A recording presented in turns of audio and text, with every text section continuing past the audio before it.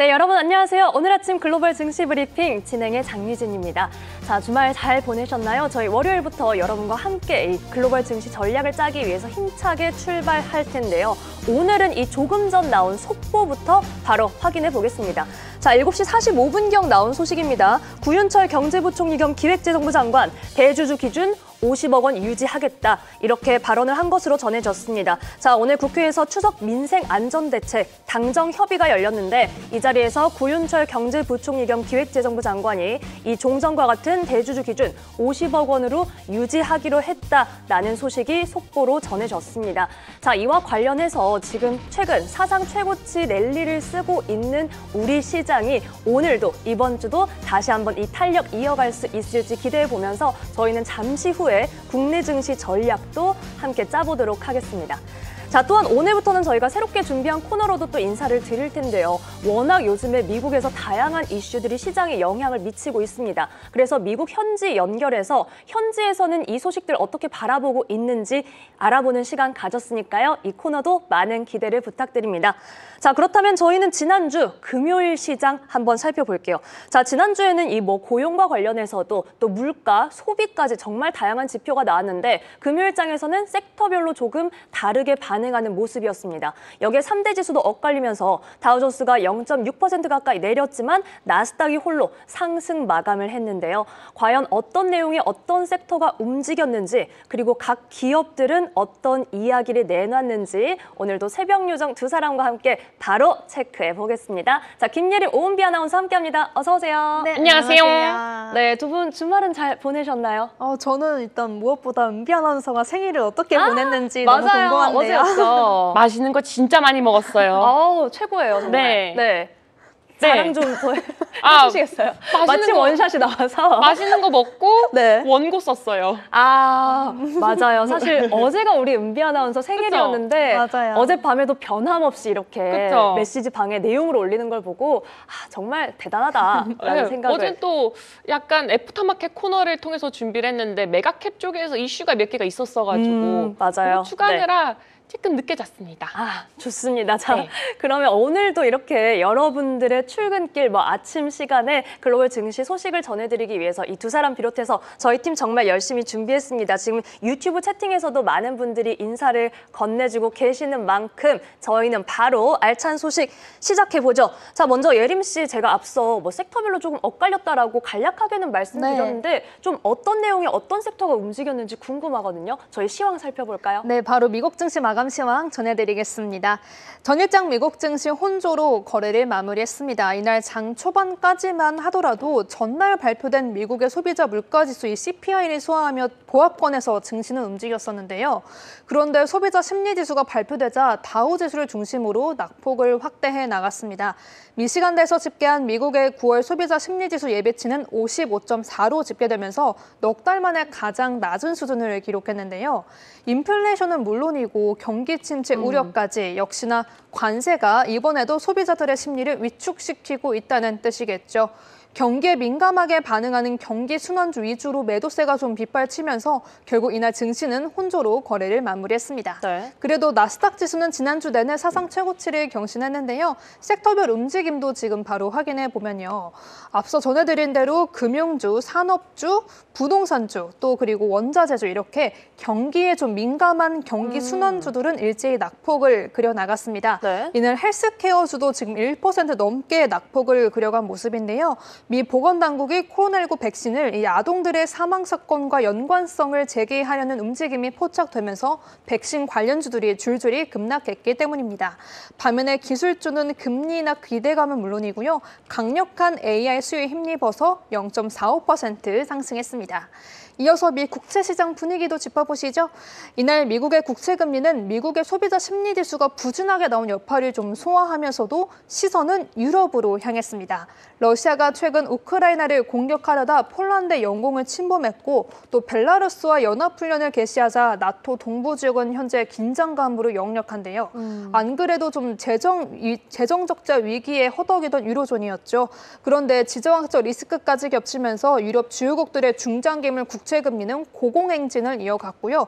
미국의 국채금리 역시 이 흐름을 따라 상승폭을 확대해 나갔습니다.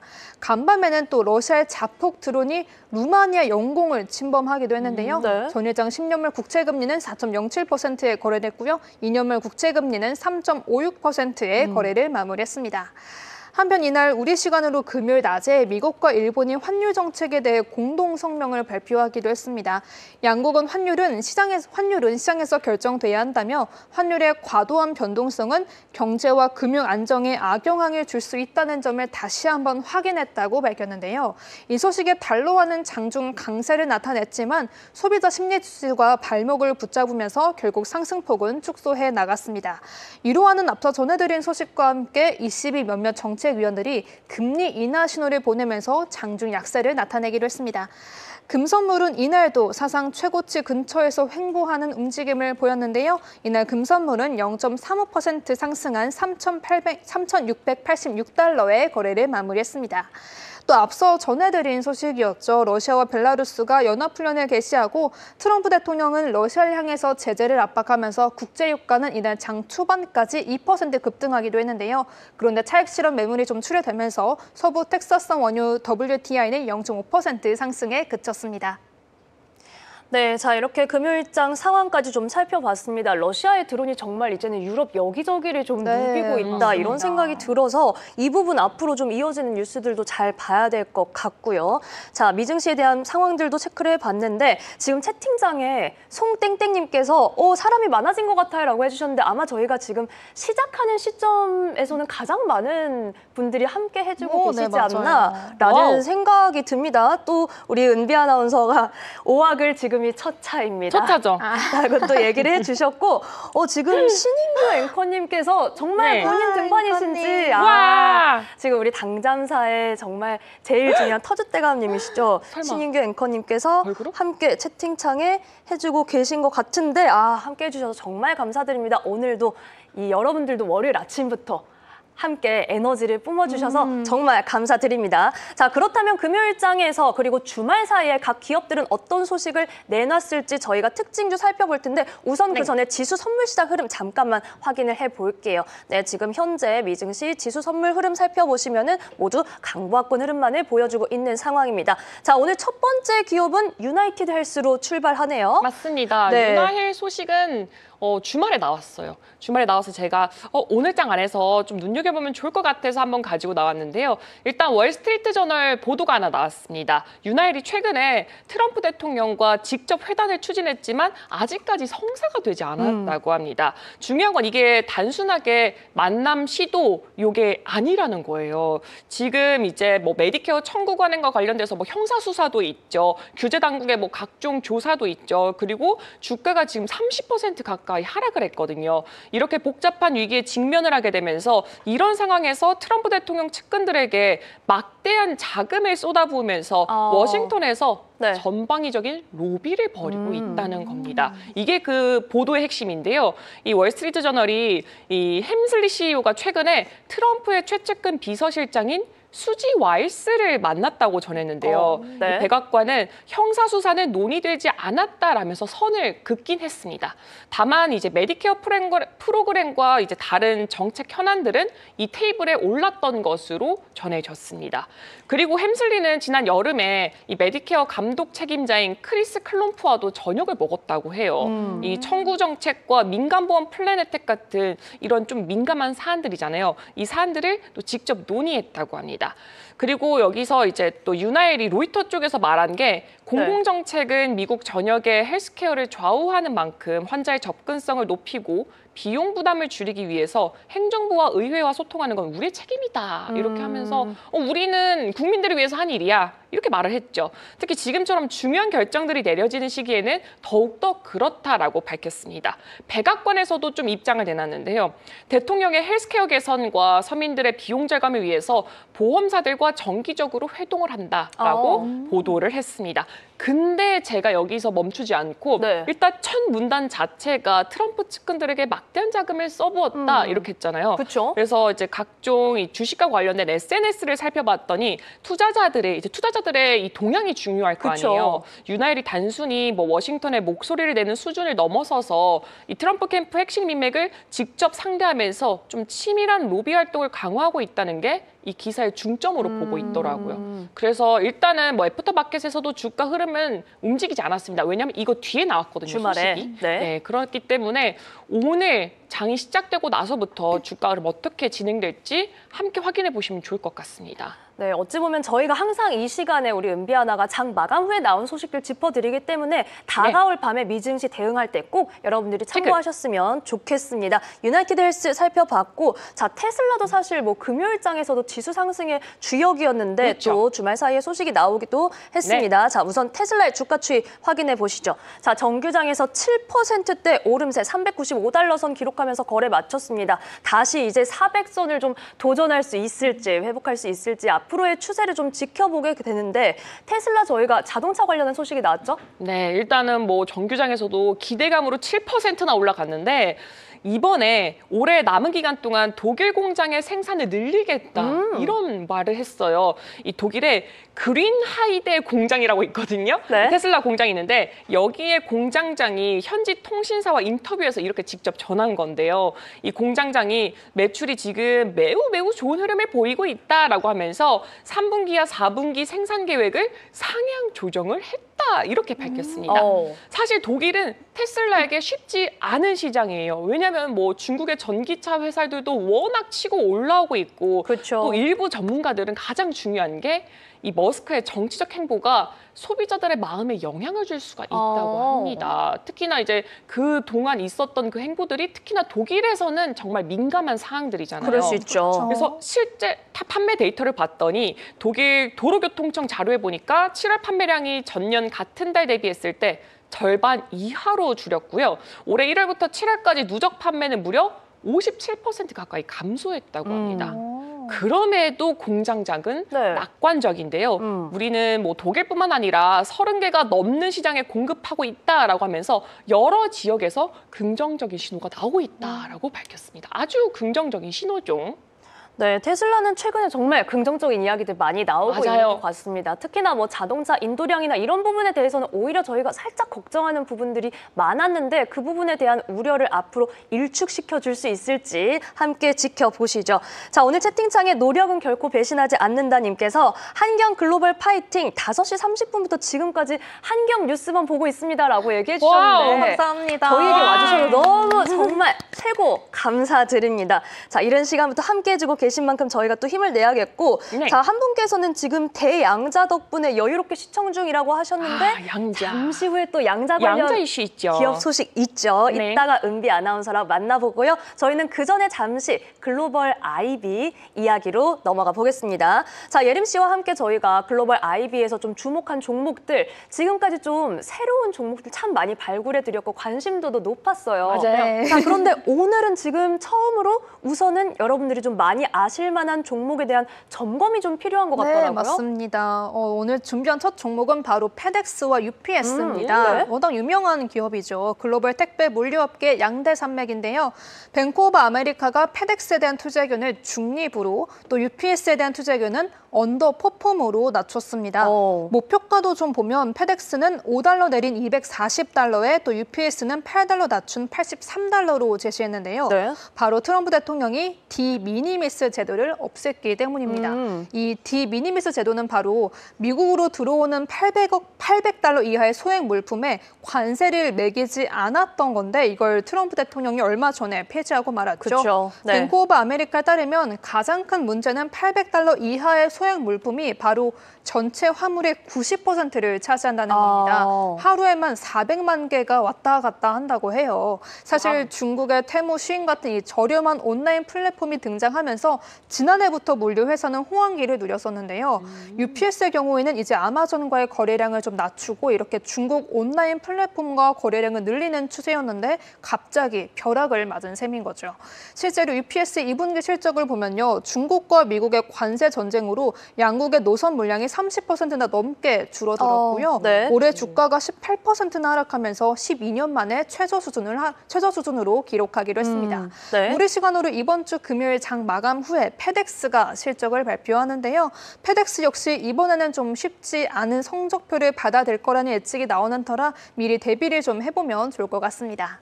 네, 금요일 장 마감 후에 페덱스 실적을 발표한다는 소식. 아무래도 지금 물류 관련해서는 조금 위축이 나타나고 있다는 내용까지 살펴봤으니까 여러분들 이 부분 꼭 참고를 하셔야 될 것 같습니다. 자, 지금 아이비 코너가 시작되니까 또 많은 분들께서 채팅에 정말요? 종목 발굴 이렇게 기대를 해주고 계시니까 저희가 두 번째 종목도 빨리 만나봐야 될 것 같아요. 이번에는 종목명에 약간 힌트가 있기는 하더라고요. 뭐 시네마, 스튜디오 이런 맞습니다. 이름들이 들어가던데요. 네, 두 번째로 준비한 투자 의견도 두 기업을 포함하고 있는데요. 영화관 체인 기업 시네마크, 티커명 CNK, 그리고 할리우드 영화 제작사 라이언스게이트 스튜디오 코퍼레이션, 티커명 LION입니다. 네. 라이언이라고 생각하시면 되는데요.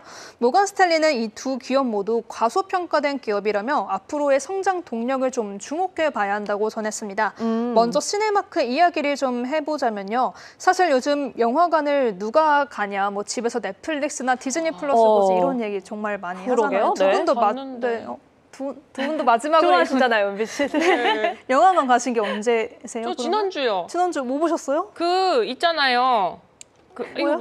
이거 스포라서 내용은 못 말하는데 네, 영화 제목 그 살인자 리포트. 살인자 리포트. 살인마 리포트. 우리나라 영화. 맞아요. 네. 맞아요. 재미있었나요? 아우 대박이에요. 약간 이런 식으로 투자 의견이 이렇게 연결될 수 있을 것 같은데요. 네. 영화만 재밌으면 영화관도 문제가 없다고 합니다. 그렇죠. 네. 파묘. 네. 네. 그런데 사실 미국도 우리나라와 상황이 좀 비슷한데요. 올해 여름에 북미 극장가는 물가를 반영해서라도 1981년 이후 최악의 매출을 기록했다고 합니다. 그랬구나. 그래서 다들 전 네. 세계적으로 영화관 업계가 진짜 시들시들하구나 이렇게 생각하고 있었는데 모건 스탠리가 아니라고 반박한 건데요. 그 이유는 첫 번째로 북미 박스 오피스는 내년에 본격적으로 회복할 것이다 이렇게 전망하고 있는 것입니다. 네. 왜냐하면 2주 전에 정말 유명한 공포 영화죠. 컨저링 마지막 의식이 지금 역대급 흥행을 보여주고 있다고 최고죠. 합니다. 와, 네. 컨저링 보신 적 있으신가요, 두 분은? 봤죠. 완전. 잘 못 봐요, 무서운 거 거. 못 봐가지고. 와우. 아, 정말요? 네. 네. 그럼 이번에도 한번 보세요. 도전하시나요? 네. 봐야죠. 지금 미국 공포 영화 역사상 역대 두 번째로 가장 큰 오. 오프닝 기록을 세웠다고 와. 해요. 네. 그러니까 은비 아나운서처럼 영화만 재밌다면 충분히 그렇죠. 영화관을 계속해서 찾는 관객들이 많다는 뜻인데요. 네. 올해 제가 좀 찾아보니까 주토피아 2도 공개하고요. 아, 위키드 주토2. 다음 시리즈도 개봉하는데 이렇게 재밌는 영화가 연달아 개봉한다면 영화관 수익은 충분히 그동안의 부진을 만회할 수 있다 이렇게 전망하고 있습니다. 네. 두 번째 이유로는요. 시네마크가 업계 최초로 구독형 티켓을 판매하면서 관객들의 고정적인 방문을 유도하고 있다고 합니다.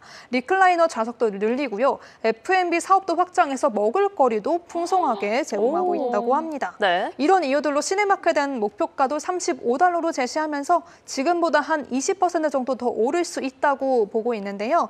그럼 바로 이어서 라이언스 게이트도 보시면요. 앞서 설명해드린 대로 라이언스 게이트는 영화 제작사입니다. 그동안의 라인업을 보면 정말 화려한데요.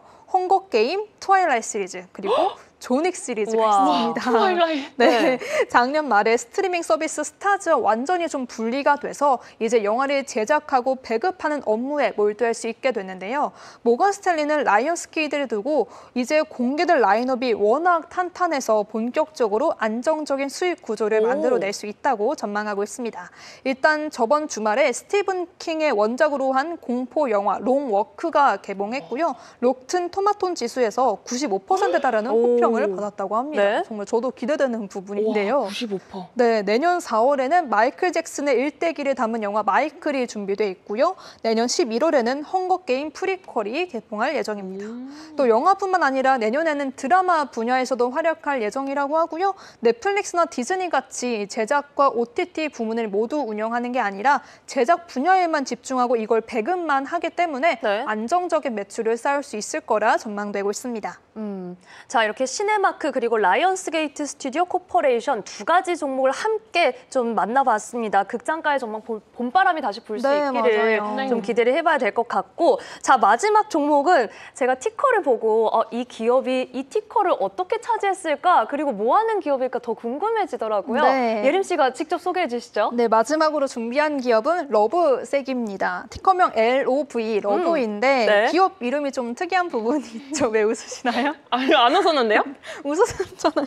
아닌데? 안 웃었는데요, 저? 아까부터 웃고 있었어요. 이름과 발음이 특이하죠. 네. 근데 사람과는 전혀 관련이 없는 기업입니다. 기업 설명은 바로 사진을 통해서 드리면 될 것 같은데요. 네.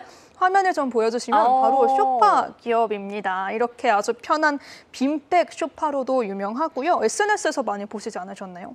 이런 예쁘네요. 아, 이거 맞아요, 맞아요. 좋다. 유튜브에서 많이 봤어요. 저는 네. 이런 곳에서 원고 쓰면 정말 잘 쓸 것 같아요. 잠들 것 같은데요? 너무 푹신푹신할 것 같은데. 네. 네, 그리고 이렇게 충전도 가능합니다. 쇼파에서 충전도 우와. 가능하고 이렇게 조립도 가능한데요. 제가 바로 이어서 홈페이지 하나로 보여드리면 방금 제가 네. 유재석을 봤는데. 죄송해요. 지금 소파와 관련된 네, 러브색을 보고 이렇게 있습니다. 쇼파를 우와.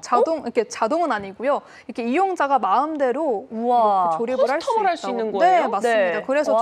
좀 재구매율도 높은 상황인데요. 이게 맞춤형 모듈형 소파라고 불리는데 이게 제일 인기가 많다고 합니다.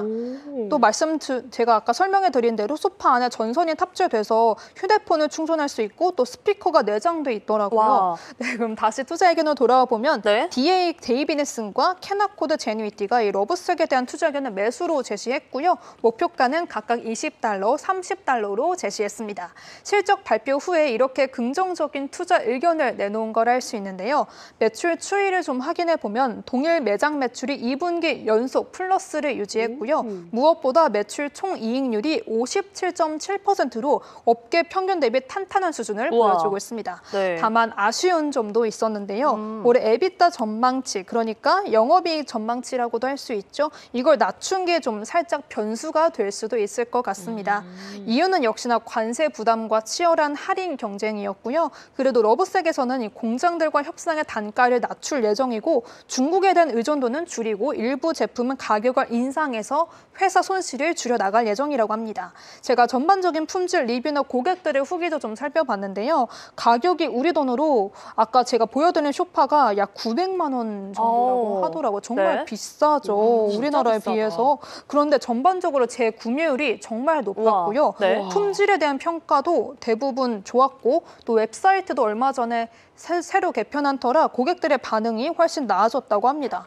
품질 면에서 이렇게 호평을 좀 얻는 걸 보면 다음 실적도 플러스를 유지하지 않을까 싶은데 러브색의 매출 추이 한번 지켜보시면 좋을 것 같습니다. 네, 러브색 금요일장에서 $17 선에 거래를 마쳤는데 목표 주가 각각 $24, $30 제시됐다는 점 전해드렸습니다. 저희가 뭐 금리나 수혜 섹터로 이제 주택과 관련해서도 좀 네, 주목을 맞아요. 했는데 이사를 하게 되면 또 새로 집을 꾸리고 싶고 내 맞춤형 내 의자, 소파 갖고 싶고 이런 부분에도 또 주목을 해볼 수 있지 않을까 싶습니다. 네. 자, 앞서 러브색 만나봤고요. 그리고 시네마크와 라이언스게이트 스튜디오 코퍼레이션, 네, 맞습니다. 그리고 앞서 페덱스와 UPS에 대해서는 조심스러운 전망까지 체크해봤습니다. 저희가 페덱스 실적도 금요일장 마감 이후에 전해드릴 수 있도록 준비를 해볼게요. 자, 예림 씨 수고하셨고 저희는 다시 은비 씨와 함께 메가캡 특징주 살펴보겠습니다. 자, 먼저 엔비디아로 바로 출발할게요. 주가 확인해보시면 정규장에서 소폭의 오름세, 애프터마켓에서도 약보합권 흐름 큰 움직임을 보여주지는 않았는데 네. 최근 젠슨항 CEO가 이제 거의 외교적인 인물로 많이 역할을 하게 되는 것 같아요. 그러게요, 말입니다. 네. 이번에는 엔비디아와 오픈 AI 소식입니다. 두 회사가 요즘에 영국에 큰 투자를 준비하고 있다는 얘기가 계속 나오고 있는데요. 구체적으로는 AI 인프라를 강화하기 위해서 대규모 데이터 센터를 짓는 방안을 논의하고 있다고 합니다. 네. 투자 규모만 해도 수십억 달러가 될 수 있다는 전망이 나오고 있어요. 현재는 Nscale이라는 클라우드 기업과 함께 협의를 진행 중인데 아직 계약에 도장을 찍은 건 아닙니다. 다만 이번 주에 트럼프 대통령이 영국을 국빈 방문하는 시점에 맞춰서 그 발표가 나올 가능성이 크다 이렇게 전해졌습니다. 그리고 엔비디아 같은 경우에 또 하나 눈에 띄는 거는 네. 엔비디아의 DGX 클라우드 전략인데요. 원래는 이 서비스를 통해서 새로운 고객을 대거 확보하겠다 이쪽으로 잘 알려졌었는데 최근에 이 보도들을 보면은 방향이 조금 달라졌습니다. 이제는 자체 연구 역량에 조금 더 집중을 하겠다라는 겁니다. 예로 들어서 새로운 반도체 칩을 설계를 한다든지 아니면 AI 모델을 직접 개발한다든지 이런 거에 대해서 DGX 클라우드를 더욱더 적극적으로 활용을 하겠다는 거죠. 그러니까 이거를 단순히 고객이 쓰는 서비스라기보다는 엔비디아 연구를 뒷받침하는 핵심 인프라로 삼겠다라는 소식이 있었습니다.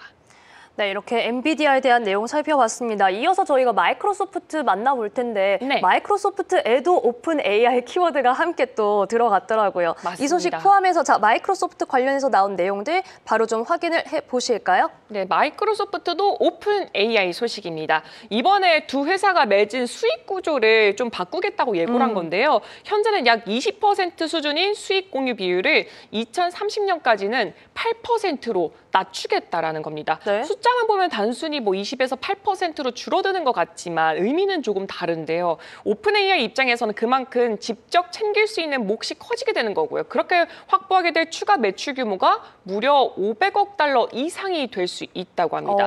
또 하나 중요한 포인트는 서버 사용료 협상입니다. 오픈 AI가 지금은 마이크로소프트의 클라우드 서버를 빌려서 서비스를 운영하고 있는데요. 네. 앞으로 이 임대 비용을 어떤 기준으로 책정할지가 그 두 회사가 협상을 이어가고 있다고 합니다. 결국에 단순히 매출 분배를 넘어서서 비용 구조까지 다시 짜고 있다라는 겁니다.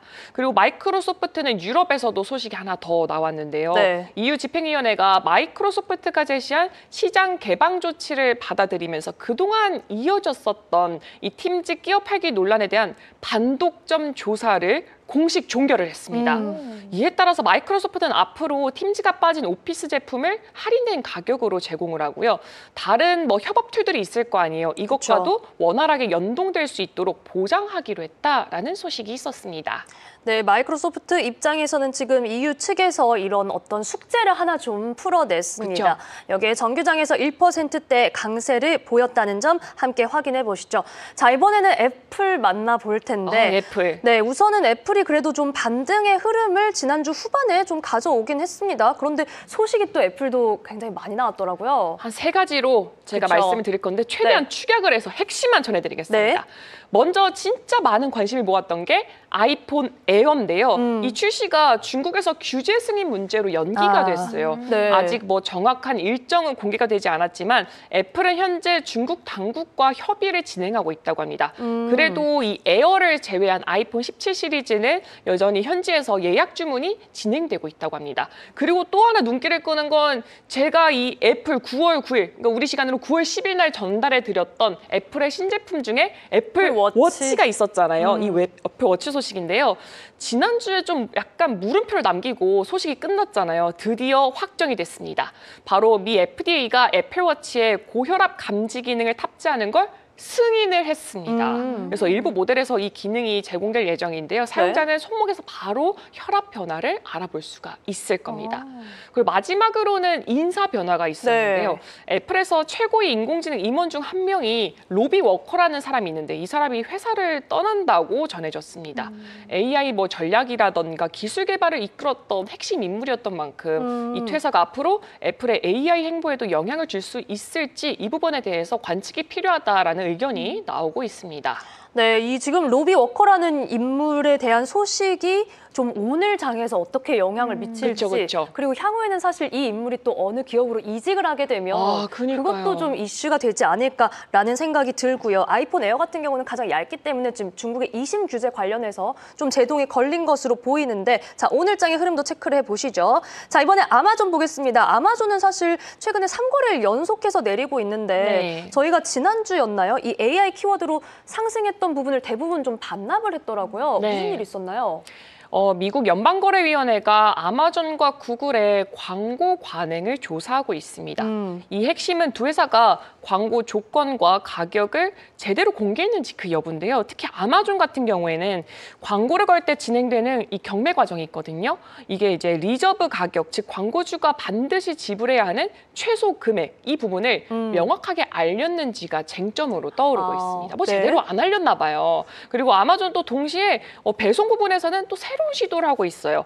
2030년 말까지 전기 배송 차량 10만 대를 투입하겠다라는 목표를 세워놨는데요. 네. 이를 위해서 최근에는 GM의 브라이트 드롭 전기밴을 시험 운행하고 있다고 밝혔습니다. 이게 브라이트 드롭 전기밴 같은 경우에는 뭐 미국에서 만약 여행을 가거나 이렇게 돌아다닐 때 아마존이라고 써 있는 전기밴을 보셨을 거예요. 이게 브라이트 드롭 전기밴이거든요. 그래서 10만 대를 투입하겠다는 목표까지 내놓은 상황입니다. 그래서 이날 주가 흐름을 본다면은 아마존의 주가는 0.78% 하락을 했는데 똑같이 광고 관행을 조사받고 있다는 구글 같은 경우에는 오히려 주가가 소폭 상승하면서 강보합권에서 마무리를 지었습니다. 네, 해당 소식 속에 주가는 엇갈렸는데 우선 아마존 그리고 구글 내용까지도 함께 확인해 봤습니다. 자, 이렇게 메가캡 특징주 살펴봤고요. 은비 씨와 잠시 후에 미들 스몰캡으로 다시 돌아올게요. 자, 이번에는 예림 씨와 함께 또 주말에 있었던 여러 가지 이슈 좀 체크를 해볼 텐데 우선 뭐 제일 큰 것 중에 하나는 미중 무역 협상이 또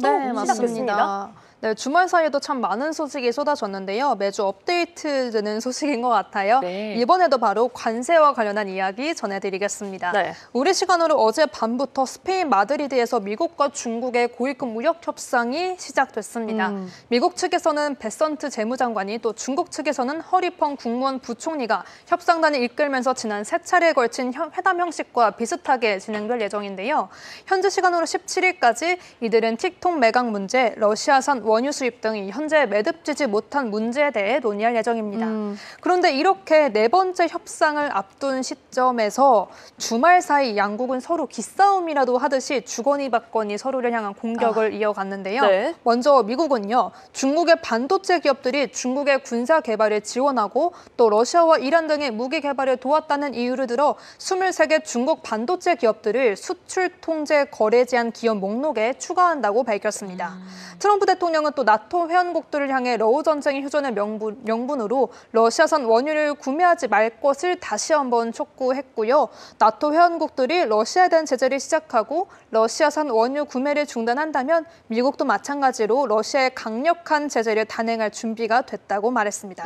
또 러우 전쟁이 끝날 때까지 중국에 50에서 100% 관세를 물리라 이렇게 요청하기도 했는데요. 네. 중국도 바로 반격에 나섰습니다. 14일부터 중국과 미국이 스페인에서 무역회담을 가지는데 이 시점에 미국은 중국 기업들을 제재해서 뭘 얻고자 할 것인가 이렇게 반박을 좀 하기도 했고요.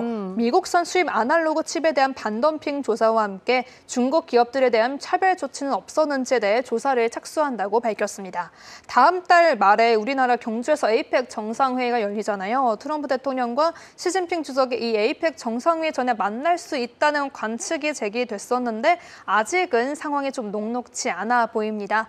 파이낸셜 타임스에서는 최근에 양국 관계를 분석해 볼 때 에이펙 회의 전에 베이징 정상회담이 성사될 가능성은 좀 불투명하다며 미국과 중국이 아직 관세는 물론이고 네. 펜타닐과 관련해서도 협상이 지지부진하다고 전했는데요. 이번 주에 진행될 미중 무역회담 결과가 어떻게 나올지 저희도 계속 주시하면서 소식이 들어오는 대로 전해드리도록 하겠습니다. 네, 지금 미중 스페인 마드리드에서 펼쳐지고 있는 이 고위급 네. 무역 협상 또 추가적인 내용이 나오는 대로 저희 예림 씨가 전해드릴 예정입니다. 자, 우리 예림 씨와 이슈를 확인하는 동안에 저희 채팅창에서 지금 65분까지 들어오시면서 여덟. 계속해서 68분? 지금 68명이에요. 전고점 돌파했나요? 네, 전고점 돌파. 돌파했습니다. 축하! 와! 와, 정말 월요일 아침부터 함께 해주시는 분들 너무너무 감사드립니다. 특히나 오늘은 채팅창도 참 빨라서 저도 너무 재밌어요. 따라가는 것도 쉽지가 않은데 70! 70! 70분? 70분! 박수! 만세! 71명. 아니, 저희 또 은비 씨가 생일 네. 소원으로 100명! 돌파 또 초 불었었잖아요. 네. 와, 오늘 이 기운이 엄청난 것 같습니다. 엄청납니다. 네. 네, 오늘 나가지 돌파해봅시다. 마세요. 그럼 바로 지금 많은 분들이 함께 하실 때 네. 저희는 미들 스몰의 특징 중 미들 스몰이군요, 이제. 보겠습니다. 네. 자, 지금 첫 번째로 일라이릴리 대기하고 있는 일라이릴리. 그렇습니다. 일라이릴리 대기를 하고 있습니다. 이번에 미국 연방 항소법원이 일라이릴리의 항소를 기각을 아하. 했습니다. 이 사건은 메디케이드 사기 소송과 관련된 건데요. 내부 고발자의 주장에 따르면 일라이릴리가 약값을 뒤늦게 올리고 그 사실을 숨겼다는 겁니다. 그래요. 그러면서 인상된 가격에 대해서 원래 내야 했던 리베이트, 즉 환급금을 메디케이드에 내지 않았다는 거죠. 그래서 네. 배심원들도 이 말을 받아들였고요. 사실 이 사건은 2022년 8월부터 이어져 왔던 겁니다. 그때 배심원단이 일라이릴리에게 6,100만 달러를 물어내라고 판결을 땅땅땅 내렸는데 지방법원은 여기에 3배 배상 규정을 적용해서 그 금액을 1억 8,370만 달러로 확정했습니다. 이번에 항소법원도 그 판단이 합리적이다라면서 네. 그대로 유지를 한 겁니다. 근데 물론 일라이릴리는 이거에 대해서 동의하지 않았고요. 상고까지 가겠다라는 입장을 밝히게 됐습니다. 자, 오늘 우선 이제 일라이릴리가 금요일장에서는 뭐 약보합권 흐름을 가져가는데 그쳤지만 이 내용이 좀 길게 어떻게 영향을 미칠지 좀 길어질 것 같으니까요. 이 내용도 좀 잘 봐야 될 것 같아요. 네. 자, 그 다음으로 볼 기업은 조비 에비에이션인데 저희가 지금 우버와 관련해서 이슈를 체크했던 적이 있었어요. 맞습니다. UAM 관련해서 굉장히 유명한 기업인데 개별적으로 또 기분 좋은 소식을 좀 전한 것 같더라고요. 네, 조비는 지금 막 조금 핫한 종목 중 하나로 꼽히고 있잖아요.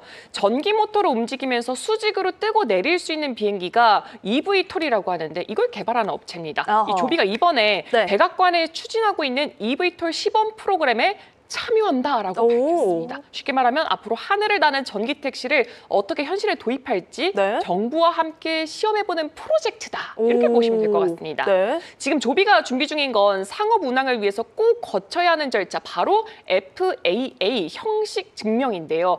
미국 연방항공청이 이 비행기는 안전 기준에 맞다라고 인증해주는 과정입니다. 총 5단계로 이루어져 있는데 조비는 이미 4번째 단계까지 진입을 해 있습니다. 꽤 막바지에 와 있는 거죠. 그렇네요. 그리고 앞으로의 계획이 나왔는데요. 조비는 올해 안에 첫 번째로 기준에 맞는 항공기를 완성하겠다라고 밝혔고요. 우와. 그리고 FAA 소속 조종사가 직접 타섭 시험 비행을 하는 일정을 내년 초쯤으로 잡혀 있습니다. 그러니까 오. 이제 뭐 실제 상업 비행을 시작하기 전에 정부가 직접 안전성을 확인하는 단계가 이제는 커밍순이라는 거죠. 와, 정말 이제 금방. 그쵸? 네. 커밍순. 로보택시에 이어서 이제 아마도 저희가 하늘을 나는 택시도 금방 만나게 그쵸? 되겠구나. 그거 타고 출근할 거예요. 좋습니다. 네. 그러면은 좀 늦게 자도 되겠네요? 늦게 그쵸? 일어나도? 네, 맞습니다. 비교적 시간을 단축할 수 있을 겁니다. 자, 조비 에비에이션 정규장에서 2%대 올랐고 저희 채팅창에서 피디님, 관리자님께서 한국 조비 아니고 미국 조비입니다. 그쵸, 라는 그쵸? 얘기도 네, 해주셨습니다. 맞습니다. 미국 조비입니다. 됐습니다. 네, 계속해서 지금 75분과 함께 하고 난리가 났네요, 있는데 진짜. 와, 정말 감사합니다. 저희가 채팅창에도 모두 함께 축하를 해주고 그니까요. 계신 상황입니다. 자, 이번엔 또 다음 기업 아이온큐 살펴보겠습니다. 자, 52주 신고가를 경신했는데 정규장에서 무려 2자릿수의 탄력을 보였고 자, 아마 이 소식 때문에 좀 다른 양자 컴퓨팅주도 움직이지 않았나 싶은데 좋은 일이 있었죠? 네, 아이온큐가 영국에서 또 중요한 허가를 받았습니다. 바로 옥스퍼드 아이오닉스 인수를 위한 투자안보부서의 승인인데요. 쉽게 말해서 영국 정부가 이제 너네 인수해도 돼 이렇게 승인을 내린 겁니다. 쿨하네요. 이로써 그렇죠, 쿨하죠. 이로써 이제 거래에 필요한 모든 조건이 충족이 됐고요. 인수 절차도 곧 마무리가 될 전망입니다. 옥스퍼드 아이오닉스는 영국에 본사를 둔 회사인데요. 네. 이온트랩 방식의 양자 컴퓨팅 기술에 굉장히 큰 강점을 가진 기업이에요. 이온트랩은 아주 작은 입자인 이온을 전자기장으로 딱 잡아두고 이를 이용해서 네. 계산을 수행하는 기술인데요. 정밀도가 높고 안정적이다라는 장점이 있습니다. 그래서 아이온큐는 이번 인수를 단순한 뭐 M&A 그 이상으로도 보고 있습니다. 이 기술을 확보함으로써 글로벌 시장에서 입지를 딱 넓히고 경쟁력까지 높일 수 있는 중요한 발판이 될 것이다라고 강조를 하면서 주가가 무려 18.19%나 올랐습니다. 네, 정말 강하게 딱 시세가 튀어오르는 모습 어마어마하죠. 보여준 아이온큐. 사실 뭐 이 옥스퍼드 아이오닉스 인수 소식이 한 6월 올 상반기부터 계속 나왔던 그쵸, 것 그쵸. 같아요. 그런데 이거에 대해서 최종 이제 도장을 거의 찍게 된 셈이 됐습니다. 승인 소식까지 살펴봤고 앞으로도 기대를 해볼게요. 또 MBC가 아이온큐 소식 전해주신 동안 저희 80명도 돌파했습니다. 박수. 말도 안 돼. 정말 이것뿐 아니죠? 와, 정말 엄청난 오늘 상승 탄력. 저희도 지금 맞아요. 네, 사상 아닌가요? 최고치 소원이 경신하고 이루어지나 있어요. 봐요. 어떻게 벌써 하루 만에. 정신 큰일이네요, 승리. 진짜. 와, 정말 엄청납니다. 오늘 네. 또 따뜻한 응원도 많이 남겨주시고 계신데 박진선님께서는 트리플 미녀의 고품격 미국 주식 타임이라고 해주셨고요. 틈이 황홀합니다. 틈이고. 자, 채원이 에미네님 딕션도 좋고 톤도 좋고 아침 방송으로 감사합니다. 최고라고 와우. 해주셨습니다. 와, 정말 오늘 많은 분들이 실시간 질문에 답도 해주시는 소통 방송. 그쵸? 소방. 열심히 와. 할게요. 정말 저희가 앞으로도 계속해서 알찬 내용 준비해 오겠습니다. 84분 함께하고 계시고요. 이야. 자, 마지막 소식 이건 제가 좀 빠르게 전달해드려야겠어요. 네. 시간이 얼마 없어가지고요. 바로 보겠습니다. 네, 미국에서 코로나 관련된 논란이 다시 불거지고 있습니다. 워싱턴 포스트 보도가 하나 떴어요. 트럼프 행정부 보건당국자들이 아동 사망 사례를 백신과 연결지으려는 발표를 준비 중이다라는 네. 건데요. 보건당국은 이 백신 부작용 신고 시스템이라는 게 있는데 여기에 기록된 아동 사망 사례를 그 근거로 삼고 있습니다. 다만 이 시스템은 누구나 자발적으로 그 사례를 올릴 수가 있어서 이 검증되지 않은 자가 보고한 데이터라는 게 한계가 있다라고 지적이 되고 있는데요. 그래서 워싱턴 포스트는 이런 자료로 백신과 사망 간의 인과관계를 단정하기는 어렵다라고 하면서 오히려 네. 논란이 더 커질 수가 있다라고 그러니까요. 워싱턴 네. 포스트에서 지피를 했습니다. 그래서 이에 대해서 모더나는 당연히 즉각적인 입장을 냈겠죠. 네. 우리는 90개국 이상 규제 당국이 아동을 대상으로 뭐 새로운 안전 문제를 발견하지 못했다라고 말을 하면서 이 자살 백신의 안정성을 굉장히 강조를 하게 된 겁니다. 근데 역시나 시장은 굉장히 민감하게 반응을 했습니다. 얼마 전에도 있었던 게 네. 그거 뭐죠? 진통제? 타이레놀, 타이레놀. 탱뷰. 그쵸? 네. 타이레놀과 관련된 소식이 나오자마자 주가가 하락했던 것만큼 네. 이번에도 이 소식으로 백신 관련주들이 일제히 하락세를 크게 보였어요. 모더나가 네. 7.4% 떨어졌는데 그리고 화이자까지도 4% 가까이 하락을 하는 모습을 또 나타내기도 했습니다. 네, 정말 이 백신 기업들이 많이 빠졌습니다. 정말 이 트럼프 행정부가 들어서고 나서 마로 시작하는 말들이 많아졌는데 그중에 마하라고 해서 그죠. 다시 미국을 건강하게 하느냐, 뭐 여기에 대해서 지금 백신과 관련된 문제 제기가 좀 이어지는 것 같아요. 네. 백신 기업들 좀 타격을 크게 입었고 아무래도 그래서 헬스케어 섹터가 가장 약세를 보인 데에도 좀 작용하지 않았나 싶습니다. 자, 이 백신 기업들의 주가도 앞으로 좀 체크를 해보시고요. 오늘 두 분과 이 미증시 이슈 그리고 기업들에 대한 내용은 여기까지 살펴보겠습니다. 두 분 수고하셨습니다. 네, 고생하셨습니다. 고생하셨습니다. 안녕. 네, 자, 저희는 이번에는 바로 이 월요일에만 준비된 시간입니다. 미국에서 지금 현재 사회 이슈들에 대해서는 어떻게 바라보고 있는지 현지의 반응 그리고 현지 이야기를 좀 들어보는 시간 가질 텐데요. 자, 저희가 바로 연결해 보겠습니다. 뉴욕 K라디오 뉴스 이하예 팀장님 연결합니다. 팀장님 나와 계십니까? 네, 안녕하세요. 네, 팀장님 반갑습니다. 저희 이렇게 연결해 주셔서 정말 감사드리고요. 앞으로 잘 부탁드립니다. 네, 현지에서 따끈한 소식 전해드리도록 하겠습니다. 네, 정말 고맙습니다. 자, 우선은 저희가 계속해서 지금 주말 사이에도 좀 집중할 수밖에 없었던 게 한미 관세 협상 이 후속 협의를 위해서 김정관 산자부 장관이 출국까지 했다가 좀 빈손 귀국 이런 기사 제목이 좀 나오기까지 했습니다. 약간 이견을 좁히지 못하고 교착 상태에 이른 것 같은데 좀 길어지지 않을까 걱정이 되거든요. 어떻게 보고 계실까요? 네, 현재로서는 이 한미 관세 협상이요, 단기적으로 쉽게 타결되기는 어려워 보입니다. 이 미국은 자국의 이득을 원하고 있고요. 또 한국도 무리하면서까지 이 대규모 자금을 굳이 투자할 필요가 있을까 고민 중인 상황입니다. 지난 12일이었습니다. 금요일에 한국의 김정관 산업부 장관 그리고 하워드 러트닉 미국의 상무장관이 이 뉴욕에서 제가 있는 뉴욕에서 이틀 연속 만나서 후속 협의를 진행했습니다. 하지만 이 3,500억 달러 규모의 대미 투자 구조와 관련해서 입장 차이를 좀처럼 좁히지 못한 채 회동을 마쳤습니다. 우선 이 문제를 말씀드리자면 미국의 이민자 문제, 그리고 이민자 정책, 또 상호관세 이야기를 뺄 수가 없습니다.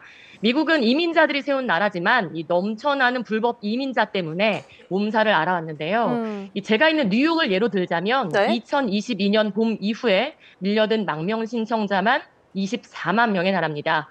뉴욕시 전체 인구가 800만인데 약 3% 이상이 망명 신청자라는 의미입니다. 이 노숙자 문제, 불법 고용이 당연히 사회적인 문제로 떠올랐습니다.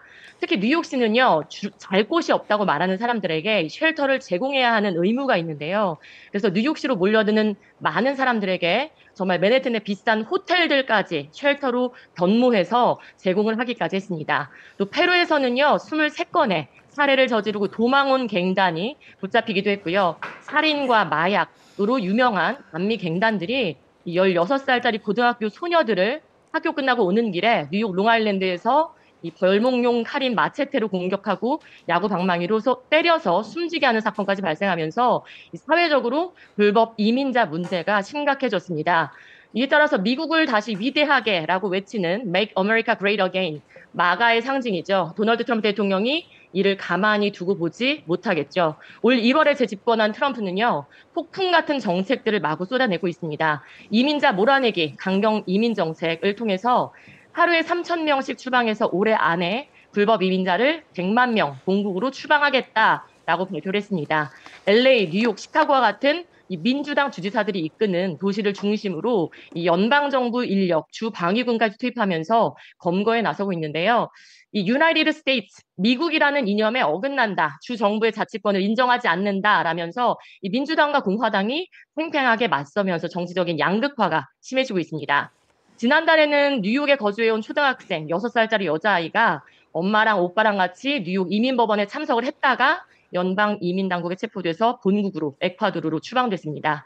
이에 따라서 이 캐티 호컬 뉴욕 주지사는요, 트럼프 대통령이 범죄에 연루된 불법 이민자만 추방하겠다더니 이 6살짜리 여자아이가 과연 어떤 범죄에 연루됐는가 라면서 정면으로 반박하기도 했습니다. 이렇게 전반적인 사회적인 문제를 먼저 이해한 다음에 들어가면 좀 쉬울 것 같은데요. 네. 이 관세는요, 국가를 대상으로 내는 세금을 의미하죠.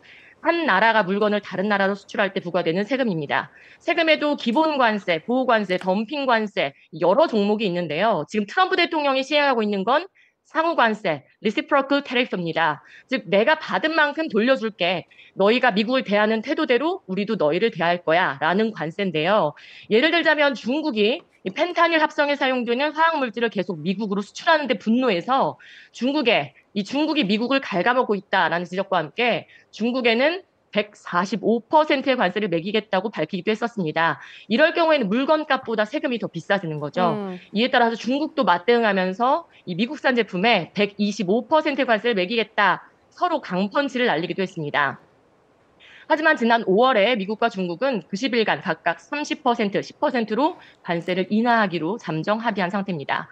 이렇듯 트럼프가 각 나라에 미국에 미치는 사회적인 경제적 요소를 모두 고려해서 최종적으로 상호 관세율을 8월 1일에 발표했는데요.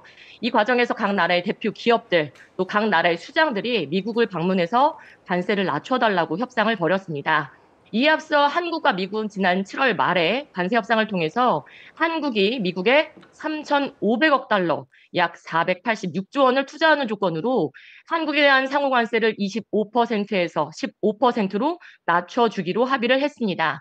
하지만 이 막대한 486조 원을 미국에 직접 투자하는 건지 아니면 빌려주는 건지를 놓고 견해차가 있는 것으로 알려집니다. 특히 미국 측은 일본처럼 이 투자처를 미국이 정해주고 투자 수익 대부분을 미국이 가져가는 방식을 원하고 있습니다. 트럼프는 자신의 임기 내에 관세로 재정적인 수입을 올리고 또 투자를 유치하고 일자리를 창출했다라는 업적을 남기고 싶은 겁니다. 지난달 25일 한국의 이재명 대통령도 직접 백악관을 찾아서 트럼프 대통령과 한미 정상회담을 통해서 국가 안보, 조선업 분야의 협력을 약속했습니다. 미국은 현재 한국으로부터 3,500억 달러의 대미 투자를 현금으로 받길 원하고 있습니다. 또 투자한 원금을 모두 한국이 회수한 이후부터는 미국이 수익의 90%를 가져가겠다라고 주장하고 있는데요. 한국의 실질 GDP가 2,292조입니다. 이 가운데 약 20%를 차지할 만큼 막대한 돈을 투자하고 또 원금이 회수되면 미국이 90%의 이익을 가져가는 구조를 받아들이면서까지 이 막대한 돈을 투자해야 하는가라는 고민이 깊어질 수밖에 없는 상황입니다. 네. 여기에다가 이 불을 붙듯이 조지아 배터리 공장 건설 현장에서 일하던 한국인 근로자들이 300명 넘게 체포되는 이런 사건이 발생했습니다. 매우 안타까운 사건인데요. 7일 만에 풀려나서 귀국하긴 했지만 이 정서가 좋지 않습니다. 배터리, 반도체, 조선, 자동차 등 한국 기업들이 미국에 쏟아붓는 투자 규모가 200조 원을 넘는데 제대로 된 비자도 발급을 안 해주고 또 현지의 필수적인 인력들을 파견했다가 이렇게 구금하고 출국시키는 걸 본 기업들이 이런 식이면 투자가 곤란하다라는 입장입니다. 여기에다가 러트닉 장관이 어떤 발표를 했냐면요. 이 트럼프의 입장은 간단하다. 투자를 해서 공장을 짓고 기술을 전달한 다음에 나가라는 것이다라고 밝히면서 이제 한국 입장에서는 우리가 호구냐라는 발언까지 나오고 있는 상황입니다. 이재명 대통령 역시 최근 기자회견에서 국익에 반하는 협상에는 서명하지 않겠다라는 강경 입장을 나타냈고요. 네. 하워드 러트닉 상무장관은 이 교착 상태에 빠진 한미 무역 협정과 관련해서 한국은 미국과 약속한 대로 이 수용하거나 관세 인하 합의 이전 수준으로 높은 관세를 내야 할 것이다라고 압박하고 있습니다. 네, 이렇게 지금 한미 무역 협상이 좀 교착 상태에 이른 상황, 그리고 앞으로 좀 길어질 수밖에 없는 이런 요인들에 대해서 현재 미국 사회 분위기까지도 좀 자세히 짚어주셨습니다. 자, 팀장님, 저희가 이제 차기 연준 의장에 대한 관심도 좀 쏠리고 있는데 또 블랙록의 새로운 인물을 접촉했다는 소식도 있더라고요. 이 부분 간략하게 들어볼 수 있을까요?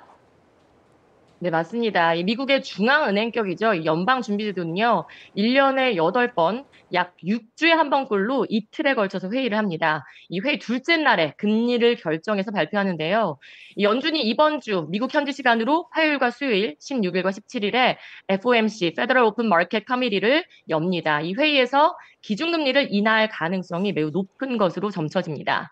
트럼프 대통령은 지속적으로 이 제롬 파월 연준 의장에게 금리를 인하하라고 압박해왔습니다. 제롬 파월 현 연준 의장은 인플레이션, 즉 물가가 너무 높다는 이유로 물가 안정을 위해서 금리 인하를 하지 않으면서 트럼프와는 불협화음을 빚어왔습니다. 연준 의장은 4년 임기인데요. 중도에 해임할 수 있는 조항이 없습니다. 임기 중에 불법을 저지르거나 직무 유기를 했을 때 이런 심각한 상황이 아닌 경우에는 해임하기가 어려운직입니다.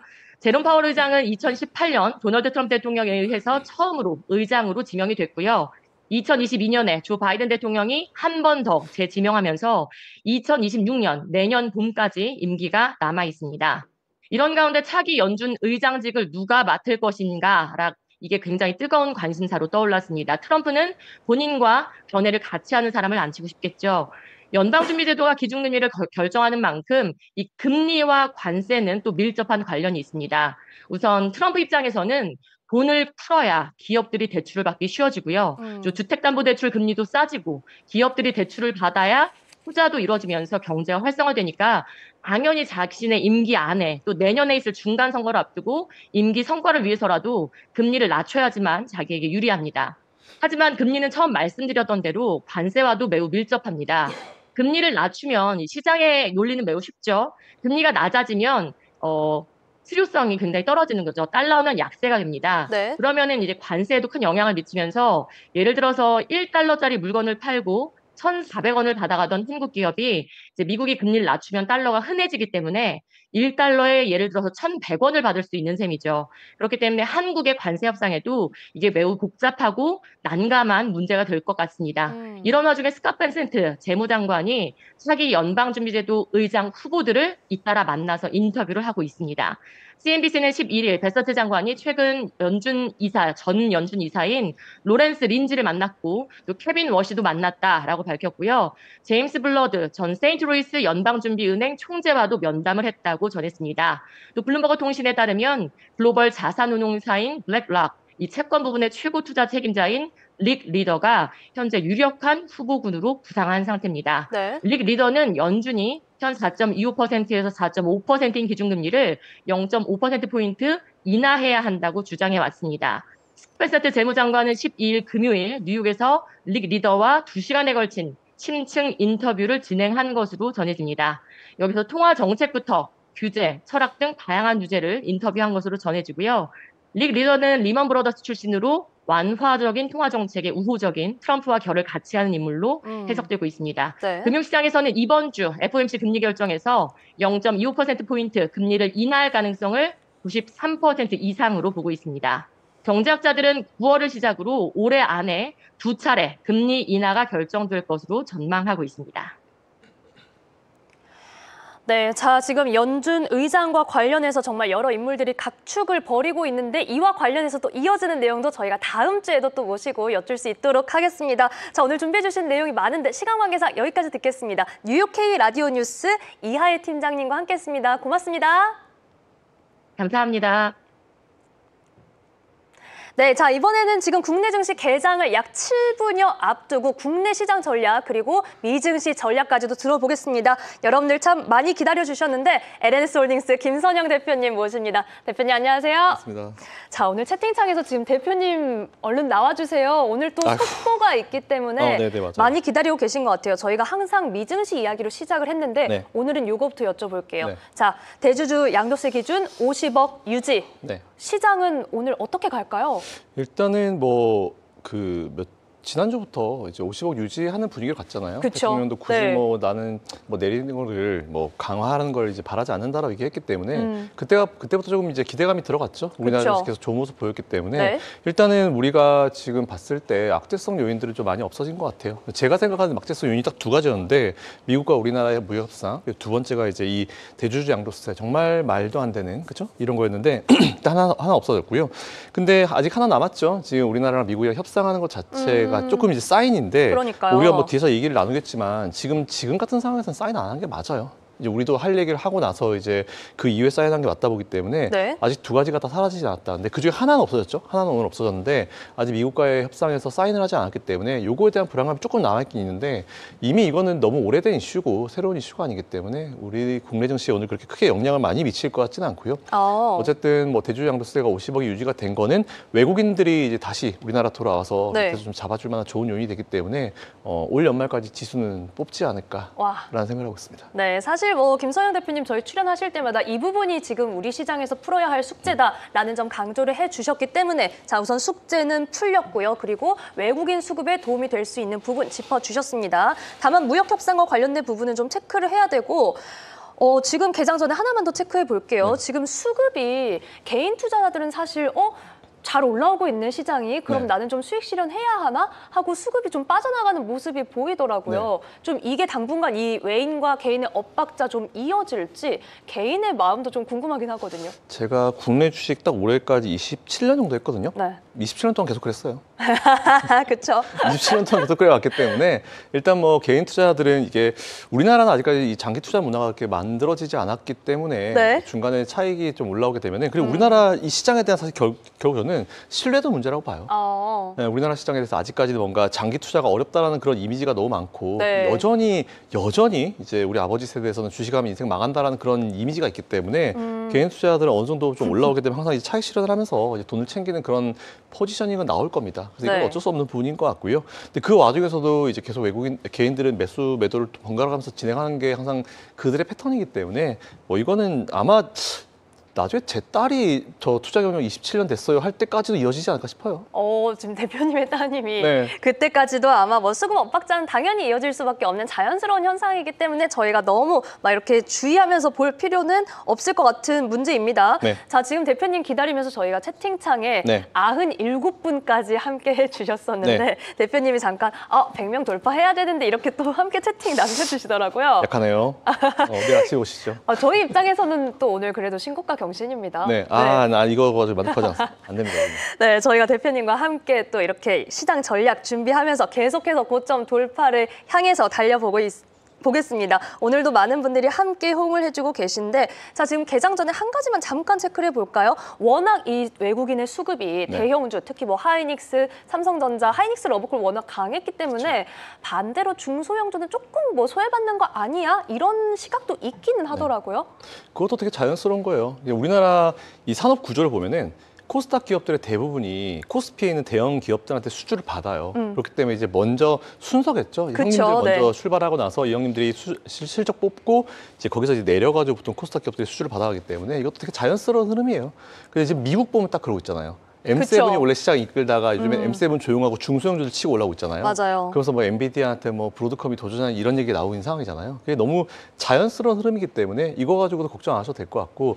근데 우리나라는 이 시장 사이클이 도는 건 사실 이 시점이 굉장히 길거든요. 네. 그래서 지금 이제 코스닥 기업들로 조금씩 모아가세요. 뭐 강하게 빨리 하세요라는 말씀을 드리진 않아요. 근데 지금 굳이 뭐 저점에서 매수하시고 뭐 올해 연말 혹은 내년 초를 보시는 분들은 네. 코스닥에 조금씩 담아가시는 전략도 괜찮을 것 같고. 오. 근데 그러다 보니까 사실 개인 투자자들은 거의 대부분의 매수가 코스닥에 몰려 있거든요. 네. 그러다 보니까 시장은 가요. 코스피, 뭐 삼성전자, SK하이닉스가 이끌어서 시장은 가고 코스피는 뭐 상승치고치 경신하고 있는데 왜 내 건 안 가라고 하는 지금 그 딱 소외감, 과도기적 구간이 있어요. 약간, 네. 근데 이제 조만간 이게 슉 오기 때문에 제가 봤을 때는 이제 순서대로 이제 낙수 효과로도 표현하잖아요. 그 효과 분명히 나올 수 있을 거다라고 판단하고 있습니다. 네, 조만간 쇽 이 네. 부분이 기억에 남습니다. 아무래도 형님 가야지 또 아우 가는 거고요. 그쵸. 코스닥에 대한 시각도 함께 얘기해 주셨어요. 자, 그렇다면 저희는 이제 국내 증시 개장을 좀 대비를 해보겠습니다. 자, 지금까지 최근에 계속해서 사상 최고치 경신을 이어왔고 지난주에서부터 뭐 말씀해 주신 것처럼 이 이재명 대통령 기자회견과 관련해서도 저희가 이후에 이 시장이 좀 숙제를 풀 수 있다라는 기대감은 계속해서 작용해 왔습니다. 시장이 9거래일째 상승을 했기 때문에 피로도가 조금 나오지 않을까 하는 두려움도 있었지만 그래도 시장은 강한 모습을 유지했었는데요. 자, 오늘 아침 7시 45분쯤에 이 대주주 양도세 기준 유지하겠다라는 내용이 나왔고요. 민생 안정, 특히나 추석 물가와 관련된 내용도 함께 당정에서 나왔던 상황입니다. 오늘 시장에 또 어떤 훈풍을 불러일으킬 수 있을지, 그리고 수급, 현재 양매수세가 최근 연일 이어지고 있는데 이 부분도 오늘 계속해서 시장에서 가져갈 수 있을지도 저희는 함께 기대하면서 지켜보겠습니다. 자, 오늘 예상 체결지수에서 3,400선 터치까지도 나타났던 상황인데요. 실제 개장 어떨지 확인해 보시죠. 자, 9월 15일 국내 증시 개장했습니다. 자, 오늘 양 시장이 힘차게 상승 출발을 대기하고 있던 상황이었는데 그대로 과연 반영을 하게 될지, 자, 코스피가 3,412선에서 출발되기 예상하고 있었던 상황이고요. 자, 반면 뭐 사상 최고치 이어왔던 일본 증시는 오늘 경로의 날을 맞아서 하루 쉬어간다는 점도 함께 체크를 해보시면 좋겠습니다. 오늘 이 시간에는 국내 증시 또 워낙 이벤트가 있는 만큼 집중해서 살펴볼 텐데요. 자, 코스피 현재 개장 지수 확인합니다. 0.36% 오르면서 3,407선에서 예상 체결 지수보다는 조금은 낮지만 그래도 정말 강한 모습 상승불을 켜내고 있습니다. 소폭의 상승불 켜내는 코스피, 코스닥도 현재 0.43% 오르면서 850선을 터치하고 있습니다. 자, 오늘도 시가총액 상위주의 흐름 중요하겠죠. 삼성전자, SK하이닉스 함께 상승불 켜내는 가운데 삼성전자 1.86%, 76,800원, SK하이닉스는 3% 넘게 오르면서 33만 9,500원, 34만 원 선 도전하고 있습니다. LG에너지솔루션도 소폭의 상승불 켜고요. 현재 나머지 시총 상위주는 조금은 약한데 현대차, KB금융이 1%대 내림세, 하나오션과 신한지주도 오늘은 우선 약세로 출발하고 있는 상황입니다. 자, 우선 SK하이닉스의 강세가 유지되는 가운데 자, 아무래도 지수가 지금 강보합권 소폭의 상승불만 켜낸 데에는 다른 종목은 조금 약하게 출발하고 있습니다. 자, 이어서 코스닥 시총 상위주 바로 확인해 보시죠. 알테오제는 0.31% 오르면서 49만 3천 원 기록하고 있고요. 에코프로비엠 1%대 강세, 에코프로도 함께 2% 가까운 상승불 켜면서 5만 원에 거래되고 있습니다. 자, 파마리서치가 현재 5위에 자리하고 있는데 2%대 약세 63만 1천 원을 기록하고 있고 레인보우 로보틱스 오늘 강하네요. 4%대 상승불 속에 30만 6,500원의 거래 장 초반 흐름 가져가고 있습니다. 그 밖에 코오롱 티슈진, 리노공업 그리고 케어젠까지 1%대 상승불을 켜내고 있는 상황입니다. 자, 업종별로 시장을 좀 살펴보면 어떨까요? 오늘도 대형주 강세가 이어지는 장세일지. 자, 코스피에서는 현재 중형주, 소형주보다는 역시나 대형주가 좀 더 강한 모습을 보여주고 있는 상황입니다. 자, 업종별로는 증권주가 오늘도 강한 가운데 현재 상상인증권, 부국증권 그리고 유진투자증권까지도 3% 내외의 상승불을 켜내고 있는 상황이고요. 앞서 이 하이닉스의 강세 확인하셨죠? 여기에 전기전자 업종도 하이닉스가 좀 끌어올리면서 함께 상승불을 켜고 있습니다. DB하이텍도 1%대 오름세, 포스코 퓨처엠도 1.27% 오르면서 거래되고 있습니다. 그 밖에 금속과 의료 정밀기기까지도 1%대의 상승불을 켜내고 있습니다. 자, 코스피가 3,410포인트 선을 돌파하면서 현재 3,417선까지 기록하고 있습니다. 0.64% 오름세, 오늘도 기분 좋은 이 최고치 사상 경신 랠리를 이어가고 있는 코스피입니다. 자, 개장 전부터 나왔던 이슈를 이렇게 기분 좋게 소화하고 있는 우리 시장입니다. 자, 여기에 지금 코스닥도 함께 업종별로 좀 살펴보시면은 기계 장비 업종 강한 모습 보여주고 있고요. 여기에 전기 전자도 역시나 함께 상승불. 오늘 코스닥에서도 현재 상승 업종이 훨씬 더 많이 나타나고 있습니다. 화학도 지금 1% 가까이 오르면서 거래되는 가운데 동진 세미캠 3%대의 강세로 거래 장 초반 흐름 가져가고 있습니다. 자, 앞서 또 일본 증시는 오늘 경로의 날을 맞아서 하루 쉬어간다고 말씀을 드렸고요. 우리 시장은 사상 최고치 경신 랠리를 이어가고 있습니다. 자, 코스피 3,417선까지 확인을 했고, 자, 숙제를 좀 풀고 기분 좋게 흐름 가져가고 있는데 지수가 뭐 아주 강하지는 못한 상황이네요. 어떻게 네. 보셨어요? 일단 뭐 예상이 됐었던 부분이 있기 때문에 이런 것 같아요. 근데 이제 이게 우리가 보통 보면은 이슈가 나오면 바로 시장이 좀 돌아섰으면 좋겠다, 빨리 갔으면 좋겠다 이렇게 생각하잖아요. 마음이 좀 근데 급해지죠. 오히려 그 별로 안 좋아요.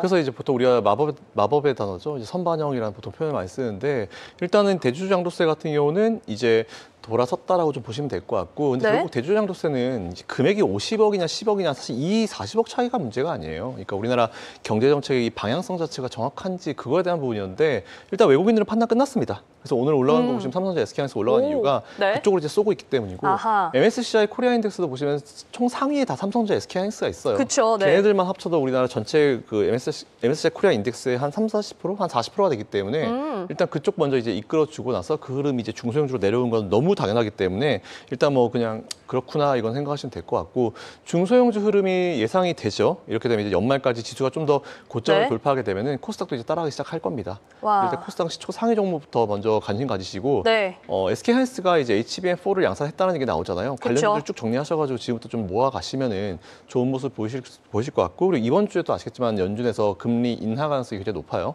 이제 그러면 이제 우리나라도 다음 달 가능성이 있겠죠. 그럼 이제 이때부터는 금리 인하 관련 수혜주들, 특히 우리나라 코스닥의 총 상위를 차지하고 있는, 그리고 코스피에도 상위에 있는 바이오 제약 같은 기업들, 돈 그쵸. 많이 필요한데 이제 돈을 네. 좀 뭔가 확보하기 편한 그런 기업들은 맞아요. 투자를 쭉 이어가시고 눌러두시면 올 연말까지 갈 수 있을 거다라고 보고 있고, 뭐 편안하게 그냥 연말까지 미국 증시, 우리나라 주식 왔다 갔다 하지 마시고요. 그냥 그대로 놔두시고 그냥 연말까지 보시고 내년 초에 열어보셔도 되지 않을까라고 생각합니다. 연말까지 그대로 두시고 왔다 갔다 하지 마시라. 그리고 외국인들은 판단 끝났다라는 이 도장까지도 함께 찍어주셨습니다. 저희 지금 LNS홀딩스 김선영 대표님과 확실한 시장 전략 함께 하고 있고요. 저도 개장하는 동안 못 봤는데 네. 대표님 덕분입니다. 100명 돌파했습니다. 와. 네. 축하드립니다. 축하드립니다. 저희가 아마 104분까지도 지금 저희도 이 코스피와 함께 사상 최고치 경신을 이어가고 있습니다. 자, 우선 오늘 기분 좋은 소식이 있었던 국장 전략을 좀 체크를 해봤고, 이번에는 또 뭐 나스닥도 사실 사상 최고치 경신 좀 이어오고 있죠. 어느 정도 조심스러운 모습은 있었지만 우선 미증시에 대한 점검도 좀 해보겠습니다. 자, 지난주에 나온 지표들의 뭐 섹터별로도 조금 다르게 반응을 했고, 네. 요즘 시장에 대한 이 월가의 진단도 조금은 엇갈리는 부분이 있는 것 같아요. 네. 이건 좀 어떻게 보셨어요? 월가는 뭐 다양한 사람들이 일을 해요. 다양한 집단들이 있고, 네. 그리고 이제 한 회사 내에서도 정말 다양한 의견들을 가지고 서로 싸우거든요. 그러니까 이제 제가 항상 여러분들께 말씀드리는 게, 예를 들어서 뭐 되게 네임밸류 높은 회사들 있죠. 뭐 JP모건에 누가 얘기했다, 뭐 골드만삭스에 누가 얘기했다.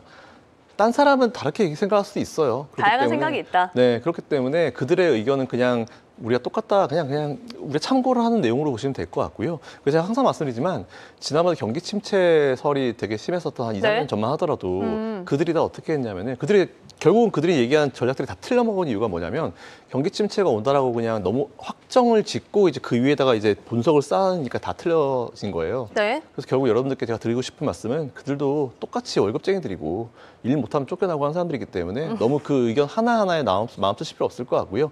그러니까 우리가 투자를 결정할 때 정말 수십 가지, 수백 가지 어떤 기준들이 있죠. 그것 중에 하나다라고 네. 참고하시면 될 것 같아서 너무 월가의 의견들은 너무 신경 쓰실 필요 없다는 말씀드리고, 제일 중요한 건 뭐냐면은 지금 시장 자체가 과연 이제 받아들일 수 있는 그런 가격대에 올라와 있느냐라는 부분인데, 네. 최근에 이제 미증시나 우리나라 증시를 이끌었었던 제일 중요한 테마가 뭡니까? 테마라기 좀 그렇고 이제 업종이 뭡니까? AI잖아요. 그쵸. 이제 AI에서 파생돼서 나오는 업종들이 엄청나게 많죠. 그리고 이제 여전히 수요가 강한 모습이고, 그리고 이제 그 수요를 다시 나눠 먹을 수 있는 상황이고, 오히려 전기차 시장이 저는 오히려 앞섰다 생각을 해요. 이제 붐 불어서 테슬라 먼저 원탑 가다가 네. 고정 받으면서 이제 비아디가 들어오고, 근데 이제 AI 쪽은 이제 엔비디아가 이끌다가 조금 쉬어가는 흐름에서 뭐 다른 브로드컴 같은 기업들이 들어오고 결국은 그거는 너무 자연스러운 시장 경제의 흐름이기 때문에 경쟁해야 됩니다. 그래야지 소비자들 입장에서는 더 좋은 제품을 싼 가격에 받을 수 있기 때문에 이것도 굉장히 자연스러운 흐름이라 생각하고 있어요. 이런 걸 봤을 때 전반적으로 이제 시장을 이끄는 업종들은 안정적이다. 그리고 이제 그 흐름이 이제 미국을 넘어서 우리나라로 잘 들어오고 있고 그리고 우리나라 같은 경우 사실 지수가 더 세게 올라가려고 하면은 별 수 없어요. 삼성전자가 가야 돼요. SK하이닉스도 굉장히 귀한 기업이고 되게 좋은 기업이고 요즘에 좀 경쟁력이 있는 기업이잖아요. 근데 MSCI 코리아 인덱스가 외국인들이 딱 바라보는 우리나라 시장이거든요. 근데 이제 그쵸? 그중에 네. 시총 압도적 1위가 삼성전자이기 때문에 외국인들은 그냥 우리나라 투자한다 하면은 일단 삼성전자 사고 봐 이런 느낌이 있어요. 그렇기 때문에 일단 삼성전자가 좀 더 힘을 내주게 되면은 제가 한 1, 2년 전부터 이런저런 악재 이슈 다 사라지면 우리나라 일단은 코스피 3,580 정도는 갖다 대줘도 된다라고 말씀드렸는데 그 의견 그냥 그대로 이어가면 될 것 같다라는 생각이 좀 있습니다. 네, 역시 삼성전자가 가져야 한다 이 내용 다시 한번 얘기를 해주셨습니다. 제가 뭐 최근에 제 방송 영상들을 좀 보다 보니까 한 1년 전쯤에 삼성전자 7.5층 붕괴됐다 네. 이런 내용을 했던 적이 있더라고요. 네. 하지만 이제 다시 좀 그 선에 올라오고 있는데 계속해서 회복세 좀 기대해 보고요. 지금 말씀 중에 저희가 궁금한 키워드 다 나왔습니다. 테슬라 잠깐 언급이 됐고 AI에 대한 부분 지금 붐 계속해서 이어지고 있는데 테슬라 좀 체크를 해볼게요. 대표님은 테슬라 긍정적인 관점 계속해서 얘기를 해주셨고 다시 이제 좀 테슬라의 시간이 오나 싶은 주가 탄력들을 보여줬어요. 네. 또 머스크에 대한 신임도 계속해서 두터워지는 모양이더라고요. 네. 네. 저 어저께 후배가 네. 카톡이 왔어요. 쉬는데 형 네. 테슬라 살까 그러길래 제가 형이 얘기했지만 나는 이미 예전부터 얘기했고 자꾸 네가 그러니까 엇박이 나는 거다 이런 말씀 드렸었거든요. 근데 그 친구한테 얘기한 거나 여러분한테 얘기한 거 사실은 좀 항상 똑같이 얘기했어요. 테슬라는 이제 전기차 파는 기업 아니고 전기차만 본다 하더라도 저는 이제 올해 하반기부터 이제 전기차 2차 대전이 시작되고 실적이 돌아서는 시점이 올 거다라고 제가 작년부터 그 얘기해서 엄청 채팅창에 그냥 정말 엄청 비판을 받았거든요. 근데 이게 하나씩 올라오잖아요. 네. 근데 이제 테슬라가 이끌어주고 있고 게다가 또 테슬라는 이제 전기차 파는 기업을 넘어서 얼마 전에 어떤 얘기했냐면 옵티머스가 굉장히 큰 매출을 만들어낼 것이다 그러잖아요. 언제 파나 기다리고 있습니다. 파면 그러니까요. 진짜 제가 네. 저희 회사에 갖다 들으려고요. 오, 네, 실제 그런 생각이 있거든요. 일단 구경 갈게요. 그럼요. 제가 여기 데리고 오겠습니다. 한국에. 네.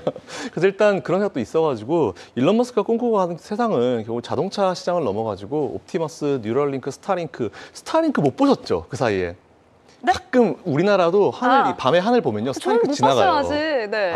저는 한 번 봤거든요. 그때. 네, 보고 그때 뭐 싶은데. 캠핑 가가지고 한 번 딱 봤는데 밤에 이제 보여요. 한 줄로 쫙 가거든요. 근데 그런 걸 봤을 때 이제 우리나라 사업자 들어왔고 이제 우리나라 통신사들랑 이제 네. 또 경쟁하기 전이잖아요. 그쵸, 네. 네, 그런 걸 봤을 때 테슬라에 대한 밸류 가치를 평가할 때 월가 반성해야 돼요. 그러니까 자꾸 기존 거 가지고 갖다 붙여서 테슬라나 팔란티가 똑같아요. 그 포인트가 아닌데. 네, 그 산업으로. 근데 어쩔 수 없는 거 이해해요. 왜냐하면 새로운 산업이 나왔는데 네. 기존 거의 어떤 이제 기준이 없잖아요. 평가할 근거가 부족하다 그렇죠. 보니. 그러니까 전기차는 자꾸 이제 테슬라는 자꾸 자동차 업종 이러고 있는데 아닌 거 다 알고 있거든요.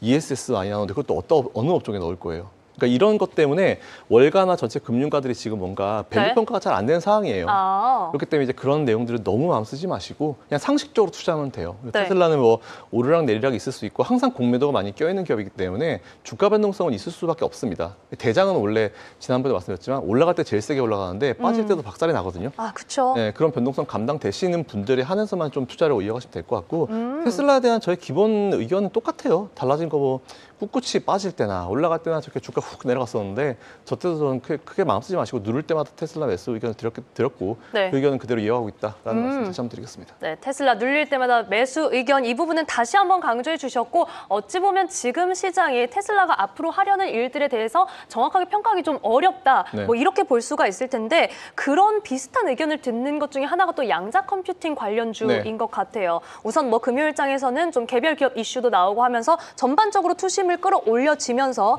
주요 종목들 뭐 저희가 잘 알고 있는 아이온큐 혹은 리게티 컴퓨팅 같은 경우도 두 자릿수의 상승폭을 보여줬습니다. 네. 자, 이제 양자의 시간이 오는 건가 좀 궁금해지기도 한데 여기에 대해서는 좀 어떻게 평가하고 계실까요? 양자 컴퓨터 불과 몇 달 전만 하더라도 이제 젠스당 CEO가 이건 몇십 년 후의 얘기다라고 했다가 그 바뀌었죠, 이후에 금방. ETF는 박살 나고 완전 사람들 디폴트 되고 나니까 네. 생각보다 좀 빨라질 수 있을 것 같다 이게 나오고 있는 상황이고 실제로 좀 들어보니까 이게 양자 컴퓨터는 여전히 이제 초저온에서 이제 만들어내고 그러니까 네. 저는 결국 그렇게 생각을 해요. 그러니까 비싸고 하는 건 알겠어요. 근데 실제로 판매가 되고 매출이 찍히고 숫자가 나와야 된다라고 사실 저는 생각하거든요. 그쵸. 근데 우리나라 한 대 있는 거 아시죠? 저 연세대학교에 하나 있어요. 딱 하나. 그래서 일단 저는 그게 어느 정도 좀 일반화 될 때까지는 좀 시간이 필요하고 지금은 좀 기대감이 들어가고 있는 과정인 것 같아요. 옛날에 테슬라가 그랬거든요. 옛날에 테슬라가 기대감만 가지고 막 주가 올라가는데 에휴 전기차가 어떻게 돼? 옛날에 망했었는데 그러면서 갑자기 나오는 기사가 막 공장 디폴트 돼가지고 전기차 차 생산이 안 될 것 같아. 겁이 나는 일들이 좀 있었네요. 그게 여러분들 네. 관심 가지시기 전에 한 10년 전쯤 얘기, 7, 8년 전쯤 얘기거든요. 근데 지금 테슬라 저렇게 됐잖아요. 다 필요 없어요. 그냥 주식시장은요 보여주면 돼요. 그냥 숫자로 보여주면 되고 그쵸, 만들어가는 맞아요. 거 보여주면 되기 때문에 네. 일단 아이온큐나 리게티 컴퓨터 같은 경우도 지금 아예 이게 그 허울만 있는 건 아니에요. 회사도 잘 운영되고 있고 계속 노력을 하고 있는 상황이고 발전 좀 하고 있는 그런 상황이기 때문에 네. 일단 뭐 우리가 테마 속으로 보기에는 좀 무리가 분명히 있다. 그래서 이제 오. 이걸 볼 때는 좀 사이트를 길게 보고 그리고 그 사이에 나오는 변동성들을 좀 감당하면서 갈 필요가 있다라는 말씀을 드리는데 예를 들어서 누가 저한테 뭐 친구가 뭐 저한테 네. 지금 포트 10개를 짠다 했을 때 리게티 컴퓨터 넣을 거야? 뭐 아니면 아이온큐 넣을 거야? 그러면 전 노 할 것 같아요. 왜냐하면 딴 거 살 게 너무 많아요, 지금. 딴 거 할 게 너무 많다. 네, 시간에 대한 기회비용을 네. 좀 항상 말씀을 드려야 되는 입장이기 때문에 매력적이죠? 매력적이긴 한데 10개만 이제 뽑으라고 하면 저는 거기에 아이온큐랑 리게티 컴퓨터를 넣지는 않을 것 같아요. 양자 컴퓨팅 좀 변동성을 견딜 수 있는 분들이 좀 네. 소화하실 수 있는 분들이 가시라 하지만 포트폴리오의 우선순위는 아니다. 네. 그러면 잠깐 여쭤볼게요. 그 딴 것들 네. 뭐 항상 저희 방송에서 여러 가지 강조를 해주셨습니다만 다시 네. 한번 좀 짚어주실 수 있을까요? 우선순위로? 일단 M7에서 애플, 애플 빼고 빼고. 다. 예, 애플은 일단 중립. 뭐 애플 싫다는 거 아니에요. 근데 네. 애플은 제가 봤을 때는 지금 월가에서도 제가 계속 얘기했던 게 팀쿡을 교체해야 된다는 얘기를 계속 했었거든요. 아까 채팅에서도 잠깐 얘기해 주시더라고요. 네, 애플 싫은 게 아니다. 그렇죠. 예, 교체해야 되는 시기가 왔었고 이번에 아이폰 새로 나왔는데 이틀 연속 주가 빠져요. 그리고 이제 새로 나온 아이폰에 대한 기대감 없습니다. 저는 아직도 아이폰 12를 쓰고 있어요. 좋은 거 나올 때까지 안 바꿀 생각인데 이번 것도 바꾸고 싶은 생각이 전혀 없어요. 근데 게다가 또 이제 안 끌린다. AI 관련 직원들 다 나가고 있죠. 이번에 또 나갔죠. 맞아요. 네. 직원들도 못 잡고 있고 아. 그나마 이제 이 아이폰 매출은 중국에 팔아가지고 버티고 있었는데 네. 중국이랑 미국이랑 차이 이렇게 돼버리니까 그쪽 매출도 안 나오잖아요. 그렇죠. 이거 전략적 문제예요. 회사의 문제가 아니고 전략적 문제이기 때문에 팀쿡이 빨리 교체가 돼야 된다고 생각하고 있고 월가도 실제로 그 얘기 되게 많이 나오고 있어요. 그래서 팀쿡이 교체가 되면 오히려 주가가 올라갈 수 있는 상황이 되지 않을까. 오히려 옛날에 스티브 잡스처럼 좀 공격적인 분이 CEO를 차지하는 게 낫지 않을까. 애플이 어떻게 하다 AI에 이렇게 뒤처지게 되는지 모르겠지만 어쨌든 M7 중에는 그거 빼고 6개 그냥 아무거나 매수하셔도 큰 문제가 없을 것 같다라고 생각하고 있고 뭐 나머지 같은 경우는 저는 오히려 그냥 안전하게 그냥 그 배당 관련주도 괜찮고요. 아니면은 네. 뭐 이제 ETF, S&P ETF 뭐 그건 뭐 항상 우리가 기본적으로 요새 뭐 부 같은 거 되게 많이 하잖아요. SPY를 뭐 제쳤다 부가 이렇게 얘기하고 있는데 수수료 싼 걸로.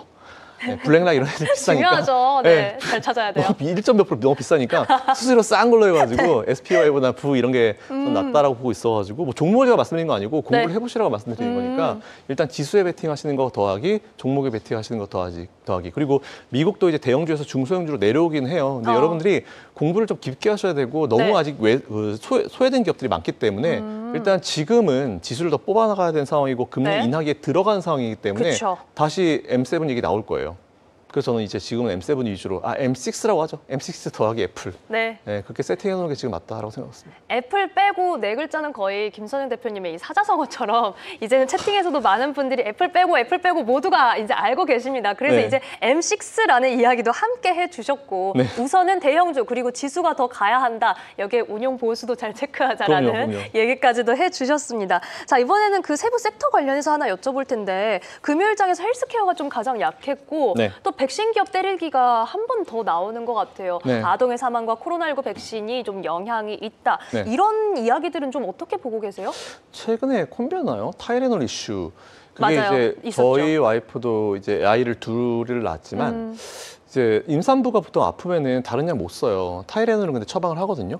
근데 저는 사실 이번에 그 이슈를 보고 로버트 케네디 주니어 그분이 네. 너무 보수적이신 분인 것 같긴 해요. 아. 그러니까 정말 케이스가 뭐 정말 100만 건이나 이렇게 큰 많은 건 중에 되게 몇 건인데도 불구하고 그게 진짜 정말 위험하다라고 얘기를 하시는데 사실 네. 그 정도의 그 부작용이 없는 약을 사실 찾아보기는 어려울 거예요. 그래서 저는 오히려 그런 걸 봤을 때 굳이 이렇게 얘기를 할 필요가 있을 것 같나? 그래서 이제 로버트 케네디 주니어 찾아간다라고 얘기는 하긴 하는데 네. 우리가 사실 그분이 보건복지부 장관 되면서부터 예상을 했었던 부분이잖아요. 그러니까 백신도 맞고 나서 여러 가지 이슈들이 많다라고 하면서 이제 여러 가지 관련주들을 때리고 있는데 유나이티드 헬스케어도 마찬가지고. 근데 오히려 저는 이제 미국은 이제 합법적으로 로비가 되는 국가잖아요. 근데 이제 제약회사들이 로비를 어마어마하게 하거든요. 그래서 사실 이 문제도 지금은 뭔가 이슈화 네. 돼가지고 뭔가 이제 막 싸워보자 이러는데 시간이 지나면 또 결국 또 조용해질 것 같아요. 그러니까 오히려 저는 백신주들이 사실 백신만 파는 게 아니기 때문에 백신주들이 백신만 파는 기업들은 조금 제쳐놓을 필요가 있는데 여러 개의 사업을 같이 하고 있고 매출을 그래도 어느 정도 만들어가고 있는 기업들은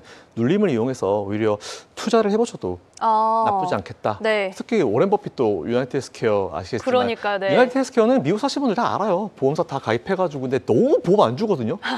진짜 비판을 받아도 싸요. 네. 네, 그런 것인데도 불구하고 주가가 밀리니까 오렌 버핏은 딴 건 모르고 밸류만 못 판단하잖아요. 그렇죠. 그러니까 오히려 저도 이제 백신 관련주들을 그렇게 생각하시고 좀 길게 체크하시면서 투자해보시면 좋겠다는 생각을 가지고 있습니다. 자, 이 부분에 대해서는 밸류를 보고 체크하자. 그리고 오히려 어찌 보면 백신만 하는 기업, 그렇지 않은 기업을 좀 선별하는 네. 그런 구간이 될 수도 있겠다는 생각이 듭니다.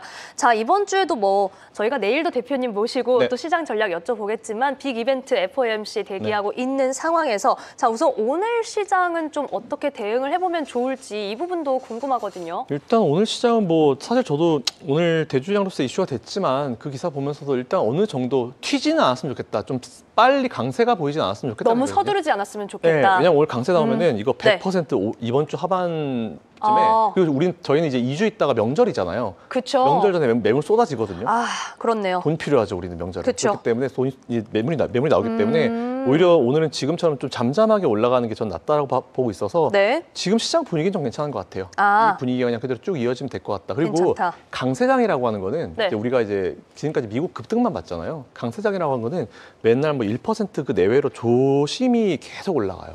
그러다 보니까 이제 단기간 내에 봤을 때는 한국 증시 재미없어 했는데 한 달 뒤에 보면 이만큼 올라 있고 앞으로 그런 시장 될 거거든요. 대신에 이제 변동성은 한번 훅 나올 수 있기 때문에 언제 따라가 굳이 하실 필요 없을 것 같고 공포감을 좀 즐기시면서 네. 제가 뭐 방송 이제 못 나올 때까지 계속 저도 의견을 드릴 테니까 지금은 걱정하지 마시고 이제 국내 네. 증시들 미국 증시들 따라 붙으셔도 큰 문제 없을 것 같다 가지고 있습니다. 네, 어찌 보면 그렇기 때문에 진짜 연말까지 덮어놓고 네. 그래도 된다라고 말씀을 해주신 것 같아요. 뭐 말씀해주신 것처럼 오늘 시장이 지금 상승폭을 아주 조금은 줄이고 있지만 그래도 너무 급하게 가지 않는 것이 네. 오히려 더 좋다라는 의견까지 함께 드렸으니까요. 오늘 시장 대응에 여러분들 참고해 보시기 바랍니다. 정말 오늘도 할 이야기가 많았는데 네. 저희는 내일도 김선영 대표님과 함께 시장 전략 체크해보고요. 잠시 후는 아시아 증시 점검으로 돌아오겠습니다. 대표님 오늘도 고맙습니다. 감사합니다.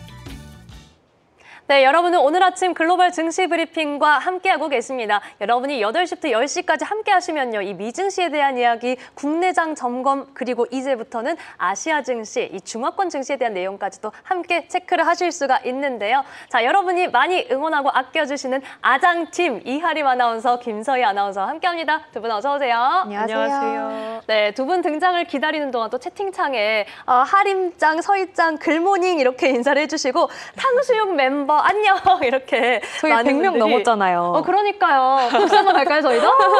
정말 감사합니다.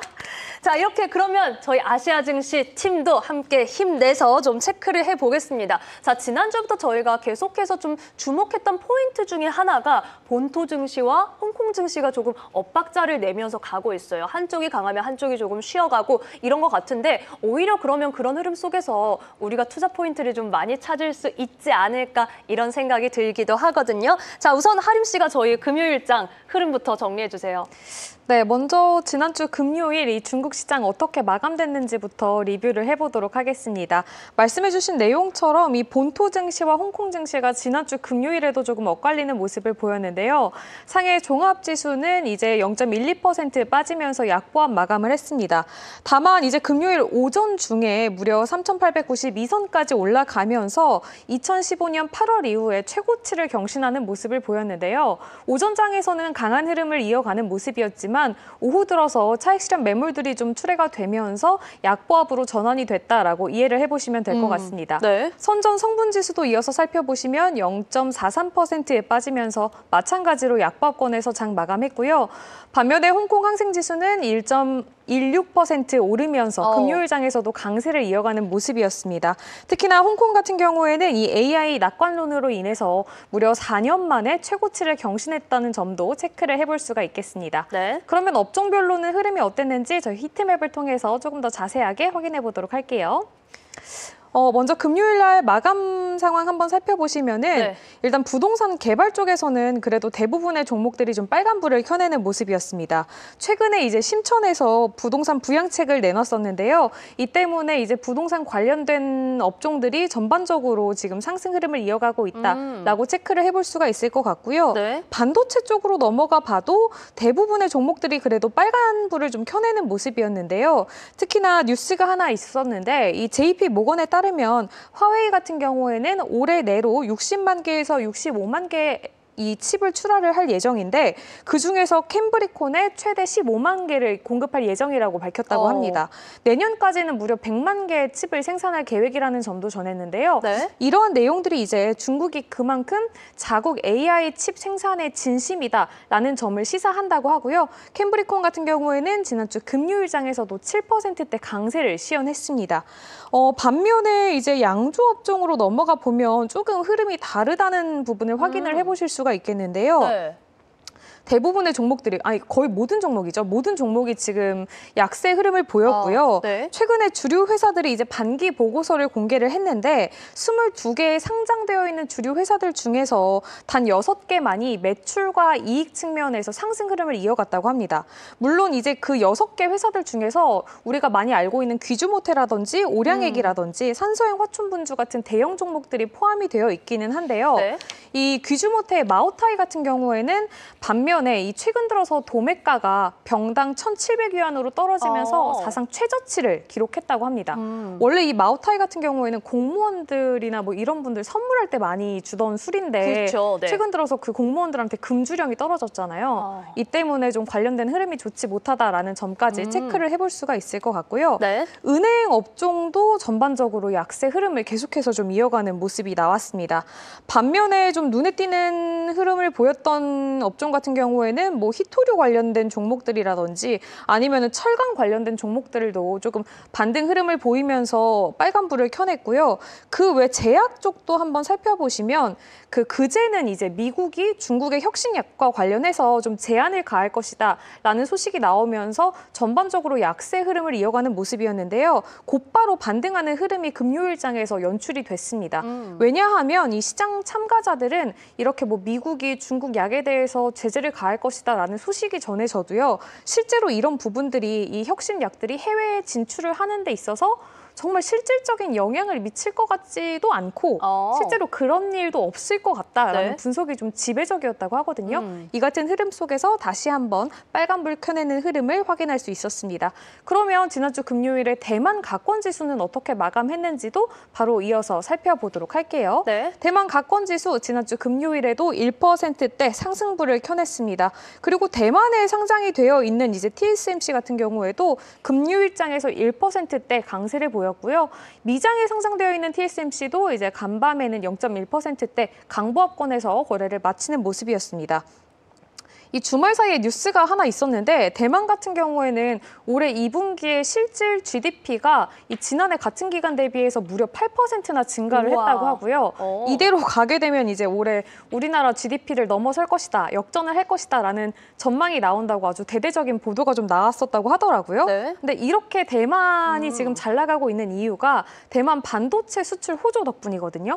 이렇게 대만 반도체가 잘 나가고 있는 상황이 증시에도 그대로 지금 보여지고 있다는 점까지 체크를 해볼 수가 있을 것 같습니다. 네. 그럼 다시 한번 저희는 이제 중국 본토로 넘어와서요. 본토와 홍콩에 상장되어 있는 주요 종목들 흐름 어땠는지도 체크를 해보도록 할게요. 네. 지난주 금요일 장에서도 알리바바랑 바이두가 이제 좀 주인공이었다라고 볼 수가 있을 것 그쵸. 같은데 무려 알리바바 5%대 강세를 보이면서 마감을 했습니다. 일단 알리바바가 자체 설계한 칩을 AI 모델 훈련에 사용하기 시작했다라는 뉴스가 들려온 덕택이라고 하고요. 네. 이 현관의 보도에 의하면 이 칩의 성능이 엔비디아의 H20 칩과 대등하다라는 뉴스도 나왔다고 하니까요. 이런 부분들까지 좀 참고를 해보시면 좋을 것 같습니다. 네. 그리고 메이투안 같은 경우에는 이제 보합권에서 거래를 마치는 모습이었고요. 징동닷컴은 1%대 강세를 보였습니다. 이 징동닷컴과 관련해서는 주말에 이제 보도가 하나 있었는데요. 징동이 이 영국에서 두 번째로 큰 슈퍼마켓 체인의 자회사를 인수한다라는 소식을 전하면서 이 협상에 들어갔다고 합니다. 중국 내수가 워낙에 좀 어렵기 때문에 그쵸? 해외 쪽으로 눈을 돌리고 있다라는 평가가 나온다고 하네요. 비아디도 이어서 바로 한번 살펴보시면 지난주 금요일 비아디는 소폭 약세 보이면서 거래를 마쳤고요. 지리자동차 역시 1%대 조금 아쉬운 흐름 이어가는 모습이었습니다. 텐센트로 넘어가 볼까요? 텐센트 네. 같은 경우에는 2%대 강세를 보였는데 이 최근 들어서 중국 테크 기업들 사이에서 인재 영입 전쟁이 엄청 한창이잖아요. 그 오픈 AI의 핵심 연구원이 최근 들어서 텐센트로 이직을 했다라는 소식이 전해졌다고 하는데 네. 연봉이 얼마인 줄 아세요? 가늠도 안 가는데 엄청날 것 같아요. 연봉이 200억 원이래요. 아, 그렇게나. 그러니까 얼마나 네. 이게 애사심이 뛰어나도 도저히 이직을 하지 않고는 베길 수가 없는 그러니까요. 금액이라는 거죠. 네. 이 정도로 지금 텐센트가 와. AI에 좀 진심이다라는 부분까지 저희가 체크를 좀 해볼 수가 있을 것 네. 같습니다. 와. 샤오미 같은 경우에는 0.9%대 강세 보이면서 마감했고요. 바이두도 이 8%대 상승부를 켜냈는데요. 이 윗꼬리를 달았는데 8%라는 점을 감안을 그러니까요. 해본다면 금요일장에서 정말 엄청난 자금이 유입됐었다는 부분까지 체크를 해볼 수가 있습니다. 이 바이두의 쿤룬이라고 불리는 자체 칩을 시험적으로 AI 모델 3버전 학습에 적용 중이라는 소식이 들려왔기 때문인데요. 이 같은 이 자체 칩 개발 소식에 알리바바와 바이두가 지난주 금요일에 정말 눈에 띄는 움직임을 보였다는 점 기억을 해보셔야겠습니다. 네. 네디즈로 넘어가 보시면요. 2%대 강세 시연하는 모습이었고요. 그리고 마지막 종목이죠. SMIC 같은 경우에는 0.9%대 또 다시 한번 소폭 조정이 나오는 흐름이었습니다. 그러면 주요 지수들은 어떤 흐름 보였는지도 바로 한번 체크를 해보도록 할게요. 대형주 벤치마크 지수인 CSI 300 지수 같은 경우에는 0.5%대 소폭 빠지는 흐름이 연출이 됐고요. 차이넥스트 지수 같은 경우에도 1%대 약세를 보였습니다. 반면에 과창판 50 지수 같은 경우에는 0.9%대 오름세 보이면서 다시 한번 좋은 흐름을 이어갔습니다. 그리고 종목, 특징주도 두 가지 가지고 왔는데요. 네. 일단 이번 주에 좀 주목을 해보셔야 되는 종목이 바로 이 허사이테크입니다. 허사이테크. 허사이테크 같은 경우에는 글로벌 라이다 업계 1위 기업인데요. 이 네. 라이다가 이제 로봇이나 자율주행 관련된 부분에서는 이 눈을 담당하고 그쵸. 있는 장비잖아요. 근데 원래 이제 이 기업 같은 경우에는 2023년도부터 나스닥에 상장이 되어 있는 상태였다가 오는 16일이죠. 그러니까 내일이죠. 홍콩 증시에도 상장을 할 예정이라고 해요. 이를 통해서 이제 뭐 유동성도 확보를 한다고 하고요. 지정학적인 리스크도 좀 해지를 할 수 있겠다라는 분석이 나온다고 하니까요. 계속되는 소식들도 좀 팔로우업을 해보셔야 될 것 같습니다. 네. 그리고 마지막 소식도 한번 만나보시면 이 메이디 그룹입니다. 메이디 그룹은 말하자면 우리나라로 치면 약간 LG전자처럼 이 중국의 가전 대기업인데요. 네. 이 자사 공장에 휴머노이드 로봇을 처음으로 도입을 했다고 합니다. 이름은 메이러라고 하고요. 진짜로 쓰기 시작한 건 이번이 처음인데 뭐 9kg짜리 무거운 짐도 네. 번쩍번쩍 잘 든다고 하고 그리고 AI가 탑재되어 있기 때문에 지금 장비들이 잘 돌아가고 있는지 점검까지도 가능하다고 하는데 네. 진짜 큰 단점이 뭐냐면 배터리 지속 시간이 2시간 정도밖에 안 된다고 해요. 아, 너무 짧은 거 아니에요? 체력이 너무 약하죠. 아, 그래서 이런 부분들은 네. 좀 아, 참. 약점이다라고 꼽히고 네. 있기는 하다고 어허. 하는데 메이디가 최근 들어서 세계 최대 로봇 기업이라고 불렸던 독일 쿠카의 지분을 100% 인수를 했거든요. 그만큼 메이디도 이 로봇 산업에 있어서 진심이다. 기술 확보에 있어서 진심이다라는 이야기로 좀 풀이가 된다고 하니까요. 네. 금요일장에서 주가 흐름은 1.8%대 약세를 보였지만 앞으로의 주가 흐름은 또 어떻게 움직일지도 체크를 좀 해보셔야겠습니다. 메이디 그룹 메이러 체력이 좀 좋아지면 확실히 그러니까요. 엄청 모멘텀이 될 수 있지 않을까 싶고 허사이테크가 내일 홍콩 증시에 상장한다는 소식도 함께 전해주셨습니다. 자, 앞서 오늘 저희가 워낙 많은 분들이 함께 해주셨다 보니까 채팅창도 확실히 탄력을 받아서요. 그 연봉 200억 원 텐센트 역시. 인재 영입 소식이 전해지니까 앞서 채팅창에 춘소님께서 손흥민 선수도 이직하겠는데 라는 저도 그 이야기를 생각했어요. 손흥민 네. 선수보다 많이 받네. 와, 이러면서. 정말 뭐 AI 저도 지금이라도 공부하면 늦지 않았을지 부록이라도 좀 들어갈 수 있을지 이런 생각도 들고 좀 많은 분들께서 이 테리픽 10의 저희가 차트를 볼 때 중시는 갭을 좋아하네, 갭 상승하는 경우들이 많다 이렇게 탄력받는 종목들에 대해서도 함께 이야기를 해주셨습니다. 자, 이렇게 또 하림 씨와 함께 저희가 금요일장 흐름 그리고 주목할 만한 내용들 살펴봤고요. 이번에는 좀 더 개별적인 이슈를 살펴볼 텐데 앞서 지금 대만 증시가 참 좋았던 흐름 그리고 TSMC에 대한 언급이 잠깐 있었거든요. TSMC가 신고가를 또 한 번 찍었죠? 그렇습니다. 대만 반도체 대장주 TSMC가 또 한 번 신고가를 달성했습니다. 함께 기사를 보시면요. 이 비결은 AI 덕분에 고성능 칩 수요가 계속 늘고 있다는 거고요. 이 TSMC가 3나노 생산과 첨단 패키징에서 독보적이기 때문입니다. 골드만삭스도 해외 공장 지어도 마진 안 무너진다 이렇게 말을 했고요. 목표 주가도 1,370위안을 유지했습니다. 이 TSMC는 중국 본토 기업인 SMIC 그리고 화홍 반도체와 비교를 했을 때 공정 기술에서 최소 2세대 앞서 있다는 평가를 받고 있습니다. 사실 중국 본토 반도체 기업들이 내부 평가로는 이미 TSMC를 대체할 수 네. 있다. 이런 평가를 이제 내부에서는 하고 있는데요. 사실상 업계에서는 이렇게 TSMC가 2세대 이상, 최소 2세대 이상 앞서 있다. 이렇게 또 평가를 하니까 이 TSMC의 기술이 그만큼 독보적이다. 이렇게 봐주시면 될 것 같습니다. 네. TSMC의 주가 흐름도 함께 볼 텐데요.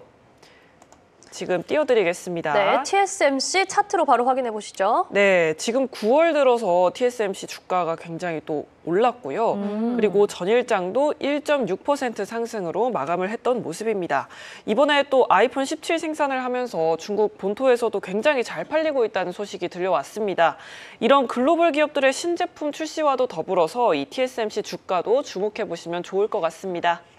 네, 이렇게 첫 번째 내용은 TSMC 살펴봤습니다. 자, 이번에는 이 중국 내수 경제 안에서 특히나 뭐 소비가 사실 위축됐다라는 내용들이 많이 나왔었는데 그중에 또 가장 큰 소비 중에 하나가 자동차를 구매하는 것들이잖아요. 지금 중국 안에서 자동차와 관련된 내용들은 어떤 게 있는지 궁금하거든요. 네, 중국의 그 자동차 관련해서 안전 성장 방안이라는 정책이 나왔는데요. 그거에 대해서 설명을 좀 해드리겠습니다. 네. 일단 중국 정부가 내놓은 자동차 안정성장 방안, 네. 투자자 입장에서 설명을 좀 드릴 텐데요. 네. 기사를 함께 보시면요. 이 자동차 안정성장 방안은 중국 내부에서 2025년에 전체 판매가 3,230만 대, 그중에 절반은 전기차로 팔겠다는 그런 정책입니다. 네. 여기에 정부가 직접 나서서 가격 경쟁은 억제를 하고요. 그리고 기술 혁신과 내수는 확대하는 구조적인 성장 시나리오를 제시했습니다. 완성차에서는 비아디, 배터리에서는 CATL 같은 이런 탑티어 종목들이 다시 주목을 받을 수 있겠고요. 이 최근에는 특히 자동차, 비아디가 내수 시장이 부진했다는 내용을 전해드린 적이 있습니다. 네.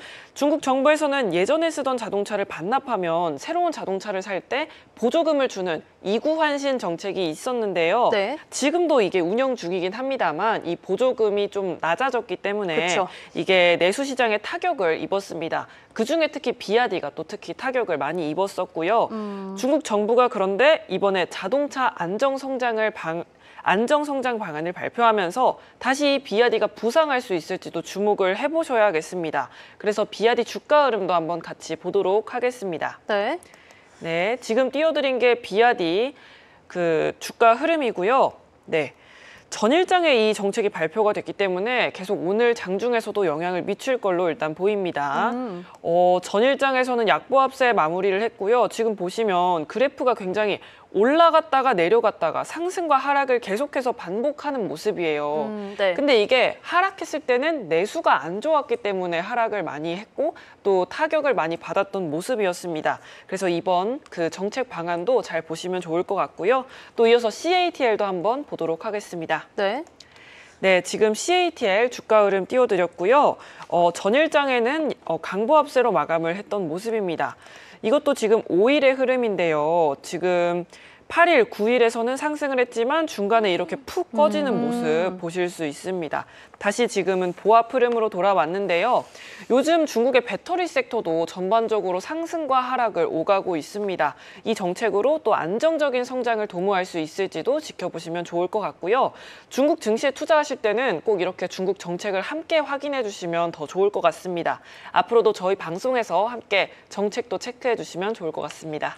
네, 앞으로도 우리 서희 씨한테 계속해서 이런 정책적인 이야기들 또 워낙 중국 이 주식시장에선 중요하기 때문에 계속해서 좀 부탁드리겠습니다. 자, 이번에는 마지막 키워드로 틱톡이 등장해 있네요.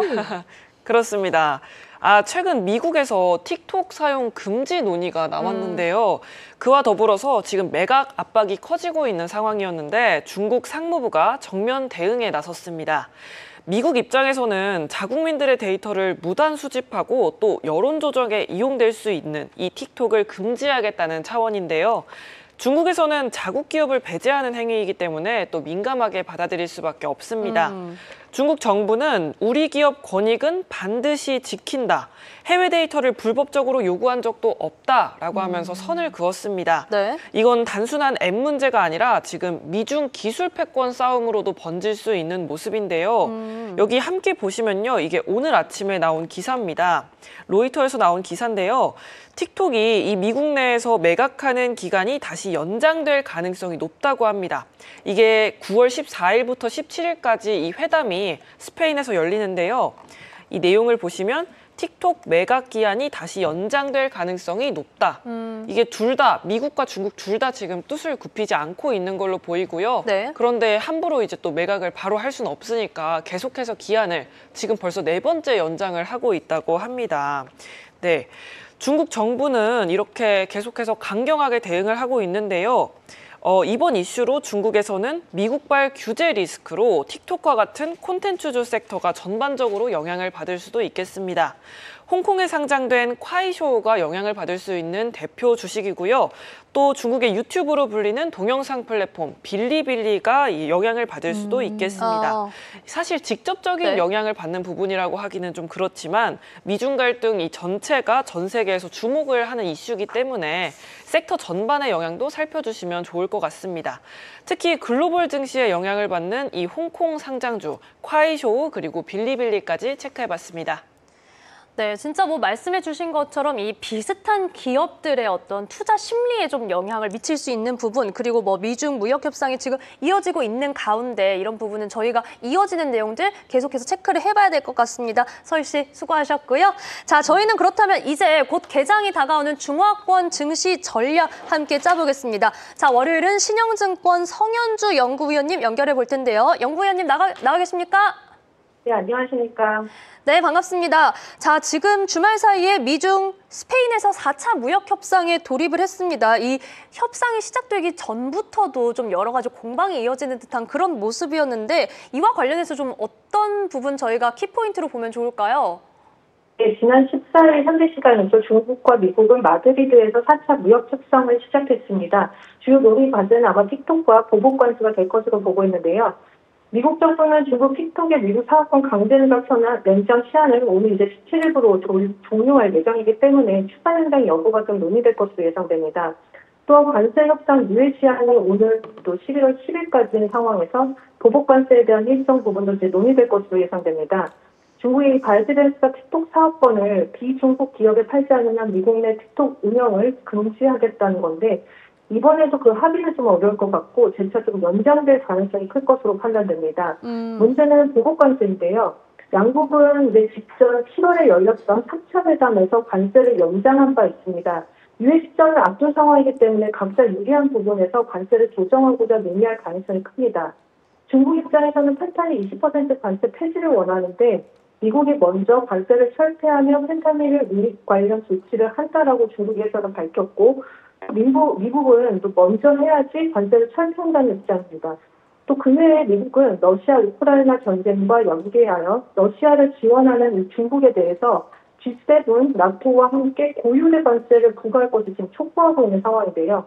중국은 미국산 또 아날로그 칩에 대한 반덤핑 조사에 착수하는 조치를 지금 맞서고 있는 상황입니다. 결국 양국 모두 협상에 우위를 점하기 위한 카드를 제시할 것으로 예상되는데 실제 정책이 시행되는 데 초점을 맞추기보다는 유리한 협상 위치를 선점하기 위한 것으로 판단됩니다. 네, 자 이번에는 저희가 중국 제조 2025 이에 대해서 좀 살펴보겠습니다. 2015년에 발표된 10년짜리 장기 계획, 이 중국의 제조업의 국제 경쟁력을 강화하고 핵심 어떤 자립도를 좀 높이겠다 이런 취지였고 이제는 10년이 도래했기 때문에 성적표가 좀 나오고 있습니다. 이에 대해서 연구위원님은 좀 어떻게 평가를 하고 계실까요?